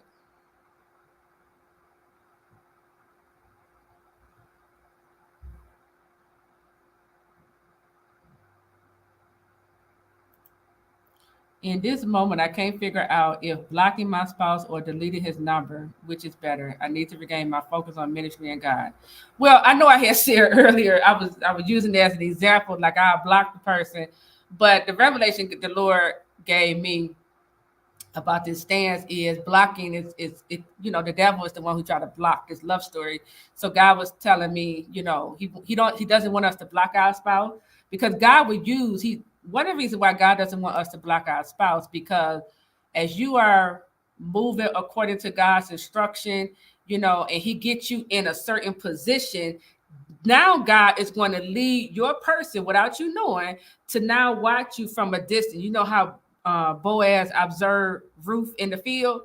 She didn't even know he was watching her. Same thing God is going to do with your person, and you won't even know it. Okay. Now, don't y'all get in the comments talking about, but tequila, I'm not even on social media. So, how God is going to do it? I don't know. Leave the how up to God. Okay. But this is why God doesn't want us to block our prodigal because God is using us, you, okay, to show or give your person a revelation about God. But if you block them, they won't get it. You see, God want your person to see what's going on in your life. God want, if you're dealing with a prodigal who is a witch or warlock, God want this person to see your text cannot touch my child because I'm covering him or her. You see, so don't block, but you can delete their number. You can, sure can. And if they call, if they text, you can practice self control and not respond. Don't even feel bad if the person starts texting saying, they do all these manipulation tactics, but don't even be moved back. It just really boils down to, how they've been acting. And when they start calling and texting, you gotta keep reminding yourself, this person doesn't deserve a response. You've been showing up this way. Like, no, no, no, I need to see something different before I give you my attention.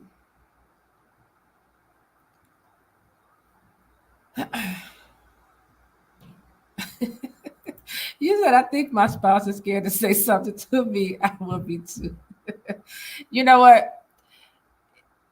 Yeah, yeah. I get you on that. Yeah. I remember the Lord told me, He was like, Tequila, be less aggressive. I'm like, okay. That could be true, though.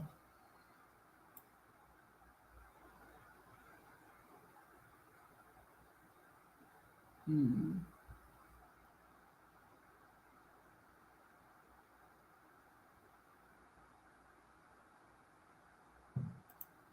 Is it normal to go back and forth when we're standing? I sometimes feel so depressed and worthless. Yeah, but those are spirits attacking you. Remember what you're dealing with in that man, okay? That counterfeit. So he could be sending that to you, okay? He could be sending, these spirits to cause you to feel this way. That might be voodoo he's doing on you.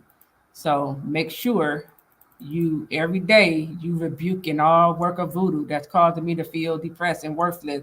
And they will also do a voodoo to cause you to feel insecure as well. But make sure your prayer point every day you want to rebuke all spell work and voodoo, hoodoo, vex, hex, um, demonic rituals. Okay, that's how you want to be rebuking the stuff off of your life, your wife, and your marriage.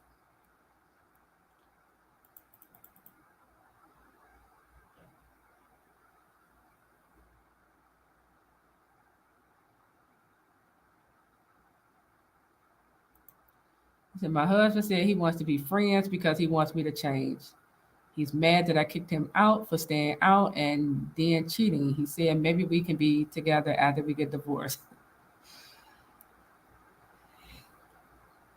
Mm. There's nothing wrong with rebuilding your friendship with your husband. But here's the thing, this is tequila. Okay, this is just me. If it go to a divorce, we're not gonna get together. Like that, this is me. If it go to a divorce, I'm not about to be chilling with you. Okay. You should have never went to a divorce, you know. But there's nothing wrong right now if y'all still married for y'all to focus on rebuilding that friendship back up.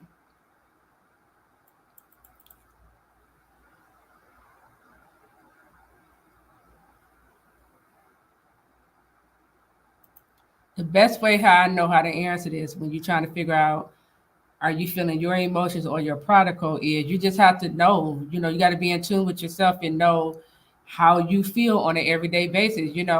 Sometimes you can discern it because sometimes you can pick up on it. You'll be like, where's all this heaviness coming from? You can pick up on it, or it just hits you out of the blue. You're like, wait a minute, I think this is someone else, you know.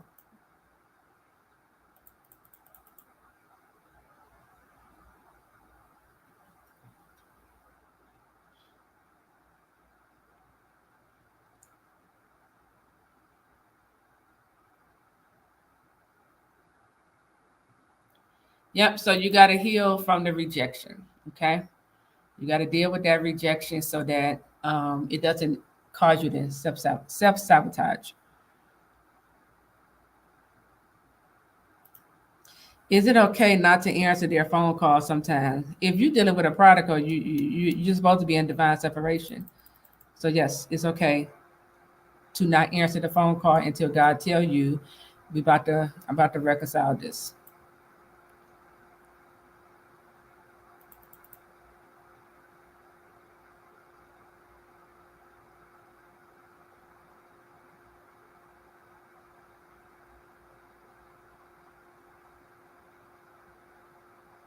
Yep. Let them keep backfiring. Let it wear them out. That's how they back down. Keep letting them that they little spell word backfire on them. They're gonna either quit or it's gonna take them out, or they're gonna get sick. Okay, they're gonna back off.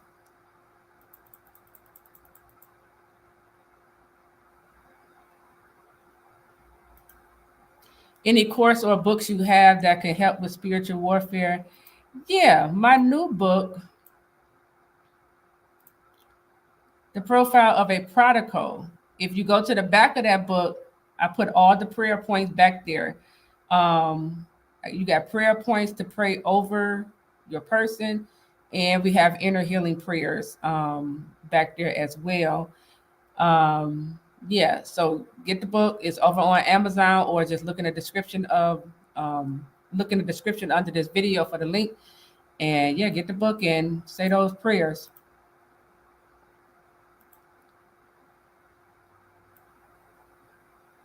I don't play around with these witches and warlocks because they be trying to take you up out of here.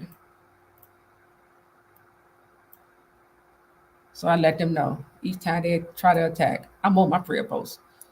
It's gonna backfire.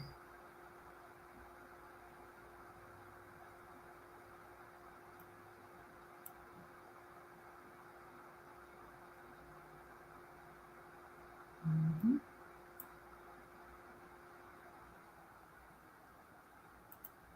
Why do they choose money, power, and superficial people over unconditional love and purpose? Is everything unfolding in divine timing? Well, you got to look at your person history, okay, to discover why they're choosing money, power, and superficial people over unconditional love. Could it be that this person never knew, or never had unconditional love?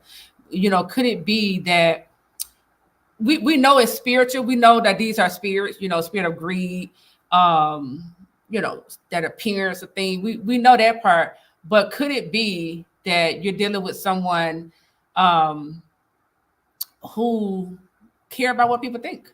You know, could it be you're dealing with someone who lacks identity and you know, so because when you lack identity, you choose people who you believe will give you identity, right? You choose people who look good, who will make you look good to the outside world because you lacking an identity. You see? So you got to look at your person history. You got to understand, like their makeup, like you got to go deep. You got to understand, like, what was their relationship like with their mother, their father? How were they raised? Were they raised? Um, all this money and power. Okay, why are they really seeking that? Is it to control people? Is it so that they can, have people thinking a certain way about them? Like it's all screaming insecurity, lack an identity, that's what I'm hearing. So when you take a look at the person foundation and their history, it helps you to get an understanding of why this person is showing up this way. Superficial people, I ain't trying to be offensive, but that just simply means they don't have any depth on the inside. That's just what it is, you know.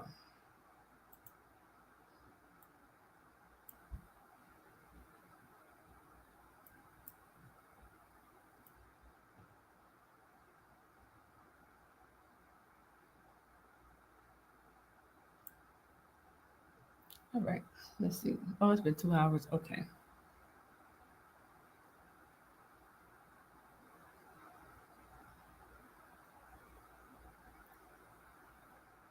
Yeah, God will tell you. What are the ways God will let you know He's going to reconcile the kingdom spouse? He's going to tell you. Either in your dream, He's going to give you a vision. Um, He always speaking. That's the thing. Okay. When God, he don't necessarily got to say, I'm going to reconcile your marriage. When God give you a dream and he show you and your spouse together in the future, that's God letting you know, I'm going to reconcile this marriage. Okay. When he start telling you how your spouse feel, that's God letting you know, I'm going to reconcile this marriage. That's what he's saying. So he gonna however way God communicate with you, that's how he's gonna continue to let you know, I'm working, but he needs you to continue to do your part, okay, so that it can come around full circle.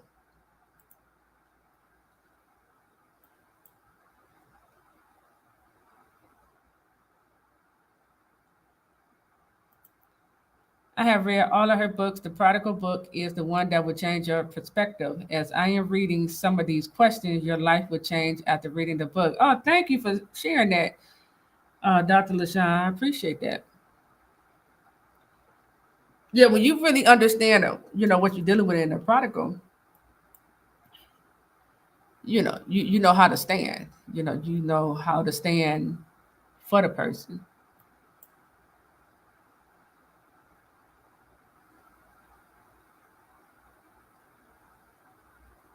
Hmm.